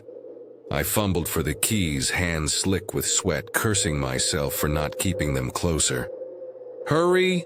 Lila sobbed, her voice raw. Nate pounded on the car, urging me on. The man's breath was audible now, a guttural growl, his boots slamming the ground. I found the keys, jammed them into the lock, and yanked the door open. "Get in!" I shouted. heart in my throat, knowing we had seconds before he reached us. The car door swung open, a beacon of hope. We sprinted to the car, piling in as he got closer. We peeled out, hearts pounding. I dove into the driver's seat, Nate beside me, Lila and Sophie scrambling into the back. The man was on us, his hand slamming the rear door as Sophie yanked it shut. "Go!" Nate yelled, his voice cracking. I turned the key, the engine roaring to life, and slammed the gas. We peeled out, hearts pounding. The tires screeched, spitting gravel as we shot down the dirt path, the man's figure shrinking in the rearview mirror. His eyes, burning with rage, stayed with me, a snapshot of terror. We didn't speak, the only sound our gasping breaths and the SUV's growl. I pushed the speedometer past 60, the forest blurring by, branches scraping the sides. Lila was crying, Sophie clutching her hand, Nate staring ahead, fists clenched. "Was that a knife?" Sophie whispered, her voice trembling. I nodded, unable to form words, the glint of metal etched in my mind. We sprinted to the car, piling in as he got closer. We'd made it, but barely. The margin of our escape measured in heartbeats. We drove until we hit a gas station, its harsh lights cutting through the dawn. We called the cops from a gas station. They never found him. I dialed 911, my hands still shaking, explaining the chase, the man, the knife. The operator's calm voice felt surreal, promising a patrol to Raven's Bend. We waited, huddled by the car, jumping at every car that passed. 2 officers arrived, their flashlights sweeping the lot. They took our statements, scribbling notes, their faces grim. "That area's trouble," one said. "Drifters, thieves, worse. You're lucky to be alive." They searched the campsite, but found nothing. No tracks, no blade, just our abandoned gear. The cops' words echoed lucky. But luck didn't feel like enough. The man's face, his deliberate sprint, wasn't random. He'd chosen us, waited for us. We drove home in silence, the sunrise harsh against our exhaustion. Lila stared out the window, Sophie's head on her shoulder, Nate's jaw tight. I gripped the wheel, replaying every second. The footsteps, the chase, the moment we almost didn't make it. We called the cops. They never found him. Raven's Bend wasn't a haven anymore. It was a trap, a place where safety was an illusion, shattered by a stranger in the dark. Back at college, we tried to rebuild our normal, but Raven's Bend left marks deeper than bruises. Lila grew anxious, avoiding open spaces. Sophie withdrew, her laughter rare. Nate's temper flared, his trust in the world frayed. I couldn't close my eyes without seeing that man, his knife flashing in the moonlight. They never found him. I'll never camp like that again. The police called it a dead end, no leads, no suspect. But those eyes, that calculated chase, haunted me. He wasn't a ghost story. He was real, and he was still out there. We met at a coffee shop a week later. Our faces drawn, the weight of that night heavy between us. "What if he comes back?" Lila asked, her voice barely audible. Sophie shook her head. "He's gone, right? Just some creep." But Nate's eyes narrowed. "He wasn't just some creep, he wanted us." I agreed, the memory too sharp to dismiss. They never found him. We decided to dig deeper, needing answers to quiet the fear. I called the sheriff's office, pressing for updates. "Nothing new," the deputy said. "Stay out of trouble." It felt like a brush-off, but I couldn't let it go. I searched online, finding scattered reports of incidents near Raven's Bend, stolen gear, harassed hikers, no arrests. Nate and I went back to the gas station, questioning the clerk. He shrugged, but a trucker overheard, leaning in. "That place is, cursed," he said. "People disappear out there, always have." His story was vague, more folklore than fact, but it chilled me. We checked local forums, finding whispers of a shadow man in the woods, a figure who stalked campers. No proof, just rumors, but they matched our nightmare too closely. The group fractured after that. Lila moved to the city. Sophie buried herself in studies, and Nate and I drifted, the memory a wound we couldn't share. I'll never camp like that again. I started researching survival, learning how to spot danger, how to plan escapes. Raven's Bend wasn't just a scare. It was a wake-up call. A reminder that the world could turn hostile in a heartbeat. I'd check my surroundings obsessively, avoid isolated trails, carry a knife everywhere. The man's face faded, but his threat lingered, a lesson carved into my soul. Trust your fear because it's often right. It's been 6 years since Raven's Bend, and I'm not the reckless kid who thought a tent could keep the world at bay. I live in a bustling city now, far from Michigan's forests, but that night still lurks in my shadows. They never found him. I'll never camp like that again. I don't see his face in my dreams anymore, but I hear those footsteps, feel that blade's glint in quiet moments. My friends are scattered. Lila's in New York, Sophie's teaching, Nate's somewhere out west, but we're bound by that night, a silent pact of survival. We text occasionally, checking in, our messages careful, like we're afraid to wake the memory. I've turned fear into vigilance. I coach my little brother on safety. Map your route. Tell someone where you're going. Listen to your gut. Raven's Bend showed me the world's edges, where beauty hides danger. I'll never camp like that again. I read survival blogs, carry a multi-tool, scan every room I enter. That lesson was brutal, but it forged me. Cautious, not cowardly. Ready for whatever comes. I share this story with new friends, my partner, anyone who will listen. They nod, shocked, but they don't feel the weight, the way it rewrites your trust in the wild. I never learned who he was. The cops gave up, labeling a fluke, but I wonder, drifter, criminal. His eyes, so focused, hinted a darker truth I'll never touch. I've made peace with that. Some mysteries don't solve. They teach. They never found him. Raven's Bend wasn't just a place. It was a crucible, burning away my naivety, leaving a man who knows fear's value. I've told this to hikers, campers, anyone planning a trip.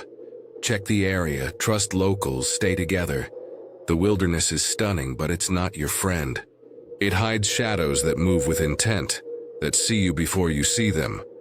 If you camp, plan like your life depends on it, because it might. Keep your keys close, your friends closer, and your instincts sharp. That prickle on your neck, that twist in your gut. It's not paranoia, it's survival. Raven's Bend taught me that, and I'm still here because I listened. So if you hear footsteps in the dark, heavy, deliberate, don't wait, don't wonder. Run, and don't look back. Deep in the Oregon wilderness, I raised my binoculars, expecting to spot a deer or maybe a fox. Instead, I saw it. A creature, moving faster than anything alive should, its form flickering between the trees like a glitch in reality. My breath caught, my hands froze, and in that moment I knew I'd seen something that wasn't meant to be seen. It wasn't just watching the forest, it was watching me. My name's Clara, and in the fall of 2018 I was camping alone in the Siuslaw National Forest, a place I'd visited since I was a kid. I was out in the woods alone, camping in a remote part of the forest to photograph wildlife. My camera and binoculars my only companions. The forest was quiet that morning, the air crisp, the pines whispering in the breeze. I'd set up a small camp near a clearing and was using my binoculars to scan for wildlife. I loved the solitude, the chance to capture nature untouched. But that day felt off, like the forest was holding its breath. I'd been scanning the trees for hours, spotting only squirrels and birds, when I noticed a shadow, too large, too fast, darting across the clearing. I raised my binoculars to get a better look, and that's when I saw it. My heart skipped. It was moving so fast I could barely track it, but it was definitely there. The creature was tall, humanoid, but wrong. Its limbs too long. Its movements jerky, like a puppet with cut strings. It had no face that I could make out, just a blur where a face should have been. I lowered the binoculars, blinking, thinking it was a trick of the light. But when I looked again, it was closer, weaving between the trees, its form flickering in and out of sight. I froze, my heart pounding, trying to make sense of what I was seeing. The forest went silent. No birds, no wind, just an oppressive stillness. I grabbed my camera, fumbling with the lens, but my hand shook too much to focus. The creature stopped, maybe 100 yards away, and turned, its faceless head locking onto me. My skin prickled, a cold dread creeping up my spine like I'd crossed an invisible line. I ducked behind a tree, my breath shallow, praying it hadn't seen me, but I knew it had. The air grew heavier, the forest darker, as if it was reacting to the creature's presence. I peeked out, binoculars raised, and it was gone. Relief flooded me, but it was short-lived. A low hum, like static but alive, filled the air, vibrating. In my chest, I scanned the trees, my pulse racing, and saw it again. Closer, moving faster, its form glitching, like it wasn't fully in this world. I wasn't just observing wildlife anymore. I was prey, and the forest was its hunting ground.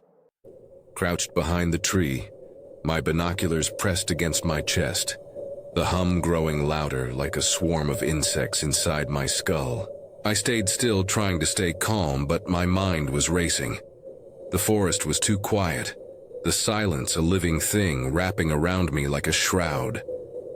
I peeked out, scanning the clearing, but the creature was gone. Or so I thought. The hum pulsed, and I raised the binoculars, my hands trembling. There it was, closer now, maybe 50 yards. Its faceless head tilted as if listening. It was moving again, darting between the trees so fast it was like it was blinking in and out of existence. My breath hitched, my body frozen. I couldn't tell if it was human or animal or something else entirely. Its limbs were too long, bending at angles that defied biology, its body shimmering like heat waves on asphalt.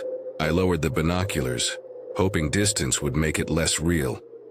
But the hum intensified, vibrating through the ground, making my teeth ache.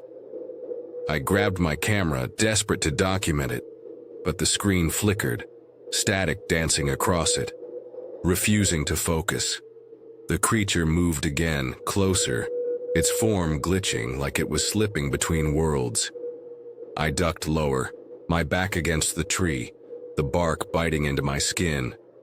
The hum turned into a whisper, not words but feelings. Fear, isolation, exposure. I felt like it knew I was there, like it was watching me even though I couldn't see its eyes. My mind raced for explanations. A rare animal, a hallucination, but nothing fit. I'd camped here for years, knew every sound, every shadow, and this was something else, something ancient tied to the forest's bones. The air grew colder, the light dimmer, as if the creature was draining the world around it.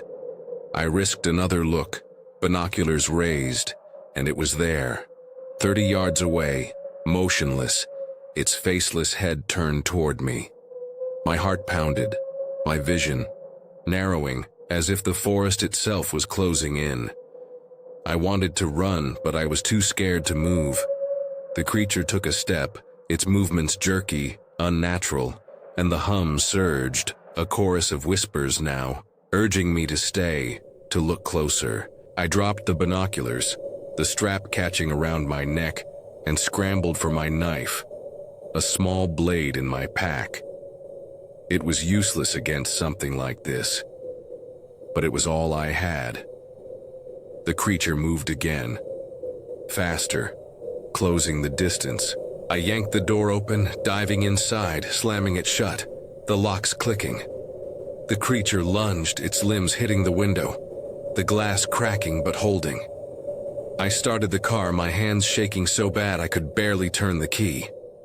The engine roared and I floored it, tires spinning on the dirt, the creature's laugh chasing me, fading as I hit the main road. I didn't stop until I was miles away, my heart still racing, my mind still reeling. The forest shrank in my rear view, but the hum lingered, faint but persistent, a reminder it wasn't done.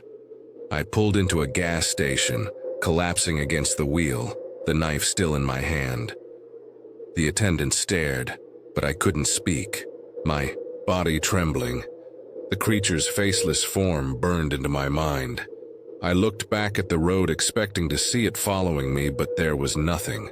The car was scratched, the window cracked, proof it was real. I drove home, the hum fading, but the forest's weight stayed, like I'd left something behind, something it had claimed. At home, I locked every door, the knife on my nightstand, the hum still echoing in my mind. I was shaken up for weeks, I couldn't sleep, I kept seeing that thing in my mind. The forest had changed me, its silence a scar, the creature's faceless form a shadow in every dark corner. I quit camping, sold my binoculars, packed away my camera, but the hum followed, faint in quiet moments like a signal I couldn't shake. I never went back to that forest, I couldn't. The Siuslaw was no longer a refuge, it was a prison, and I'd barely escaped. I researched the forest's history, finding stories of missing hikers, strange sightings, whispers of things that moved, too fast to be human. Locals spoke of glitchers, beings tied to the land, neither alive nor dead, watching those who ventured too deep. I'd seen one, felt its gaze, and it had marked me. I still feel like it's out there waiting for me to come back. I installed motion sensors, kept lights on at night, but nothing erased the feeling that something was watching, waiting for me to step back into its domain. I shared my story with a friend, a park ranger who'd patrolled Siuslaw. He wasn't surprised, saying the forest held secrets older than the trees, things that didn't like being seen. He'd heard the hum himself, seen shadows that didn't belong, and advised me to stay away, to let it go. I tried, but the creature had taken something, my peace, my trust in the wild. I joined online forums, connecting with others who'd seen glitchers, their stories mirroring mine, faceless forms, impossible speed, a hum that never left. We traded theories, spirits, interdimensional beings, but all agreed they were real. I kept a journal, sketching the creature, documenting every detail, hoping to understand, to reclaim some control. The sketches were crude, but they captured its essence. Tall, flickering, wrong. I don't know what it was, but I know it was real and I know it's still out there. The forest wasn't just a place, it was a threshold, and I'd crossed it, seen what wasn't meant to be seen. I burned. Sage hung charms, but the hum persisted, a reminder I'd never be free. If you venture into the wild, keep your eyes down. Don't look too long. Don't linger where the silence grows too heavy. I don't know why it let me go, but I'm just glad I got away. I was lucky, but the creature's still out there, its faceless gaze waiting for the next wanderer to stray. Too far. The forest keeps its secrets, and some are hungry, ready to claim you when the light fades. I'll never know what it wanted, but I know it's not done, and neither am I. I'm still searching for answers, still trying to outrun that hum. Its form flickering like a bad signal. I bolted, sprinting toward my camp, branches snapping underfoot. The hum chasing me, growing louder, angrier. My pack bounced, the camera slamming against my hip, but I didn't stop. The clearing was ahead. My tent a faint outline, but the forest felt alive, the trees leaning closer, the air thick with the creature's presence. I wasn't just running from it. I was running from the forest itself, and it didn't want me to leave. I reached my camp, lungs burning, the hum now a roar in my ears. I got to my camp and grabbed my pack, trying to pack up as fast as I could. My tent was a flimsy shield, the clearing exposed, the forest pressing in from all sides. I stuffed my gear into my pack, hands shaking, the knife clutched in one fist. The creature was out there somewhere, its presence a weight on my soul. I kept looking around, expecting it to appear any second. The hum pulsed, the whispers clearer now. Not words, but emotions. Hunger, curiosity, malice. I raised the binoculars, scanning the trees, and saw it. 20 yards away, standing still, its faceless head tilted, as if studying me. It was closer, now, and I could see it better. It was tall, maybe 7 feet, with limbs that didn't move right. My stomach dropped, my legs trembling. I didn't know what it was, but I knew it wasn't natural. Its body flickered, like a projection glitching, its limbs stretching, contracting, defying form. I dropped the binoculars, grabbing my camera. But the screen was dead, the battery drained despite being new. The hum surged, the ground vibrating, and the creature moved. Fast, too fast, closing the distance in seconds. I screamed, stumbling back, the knife raised, but it stopped, 10 yards away, its form shimmering, the air around it rippling like water. The whispers became a voice, not in my ears, but my mind, cold and sharp. You see me. My vision blurred, my head pounding as if it was pushing into my thoughts. I swung the knife, a futile gesture, and it tilted its head, almost amused. I was terrified, my whole body was shaking, but I couldn't look away. The creature took a step, its movements jerky like a stop-motion film, and the forest reacted, the trees creaking, the light fading, as if it commanded the world around it. I bolted for my pack, slinging it over my shoulder, and ran toward the trail leading to my car, a mile away. The hum chased me, the whispers louder, screaming now, urging me to stop, to turn back. Branches tore at my skin, roots tripping me, but I kept going, the creature's presence a shadow at my back. I glanced over my shoulder, and it was there, gliding between the trees, its form flickering, keeping pace. My heart pounded, my breath ragged, but I refused to stop. The trail my only hope, the car my salvation.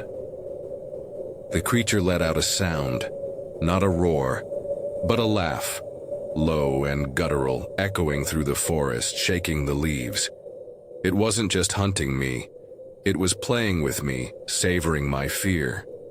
The trail narrowed, the trees closing in, and the hum became a physical force, pushing against me, slowing my steps.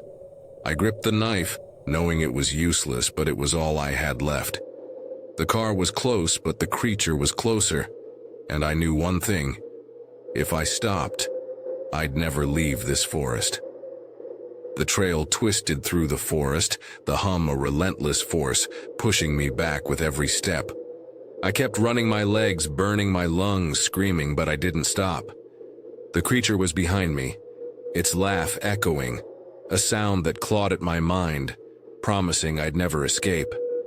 I could hear it moving through the trees, keeping pace with me. Its movement so fast it was like it was everywhere at once.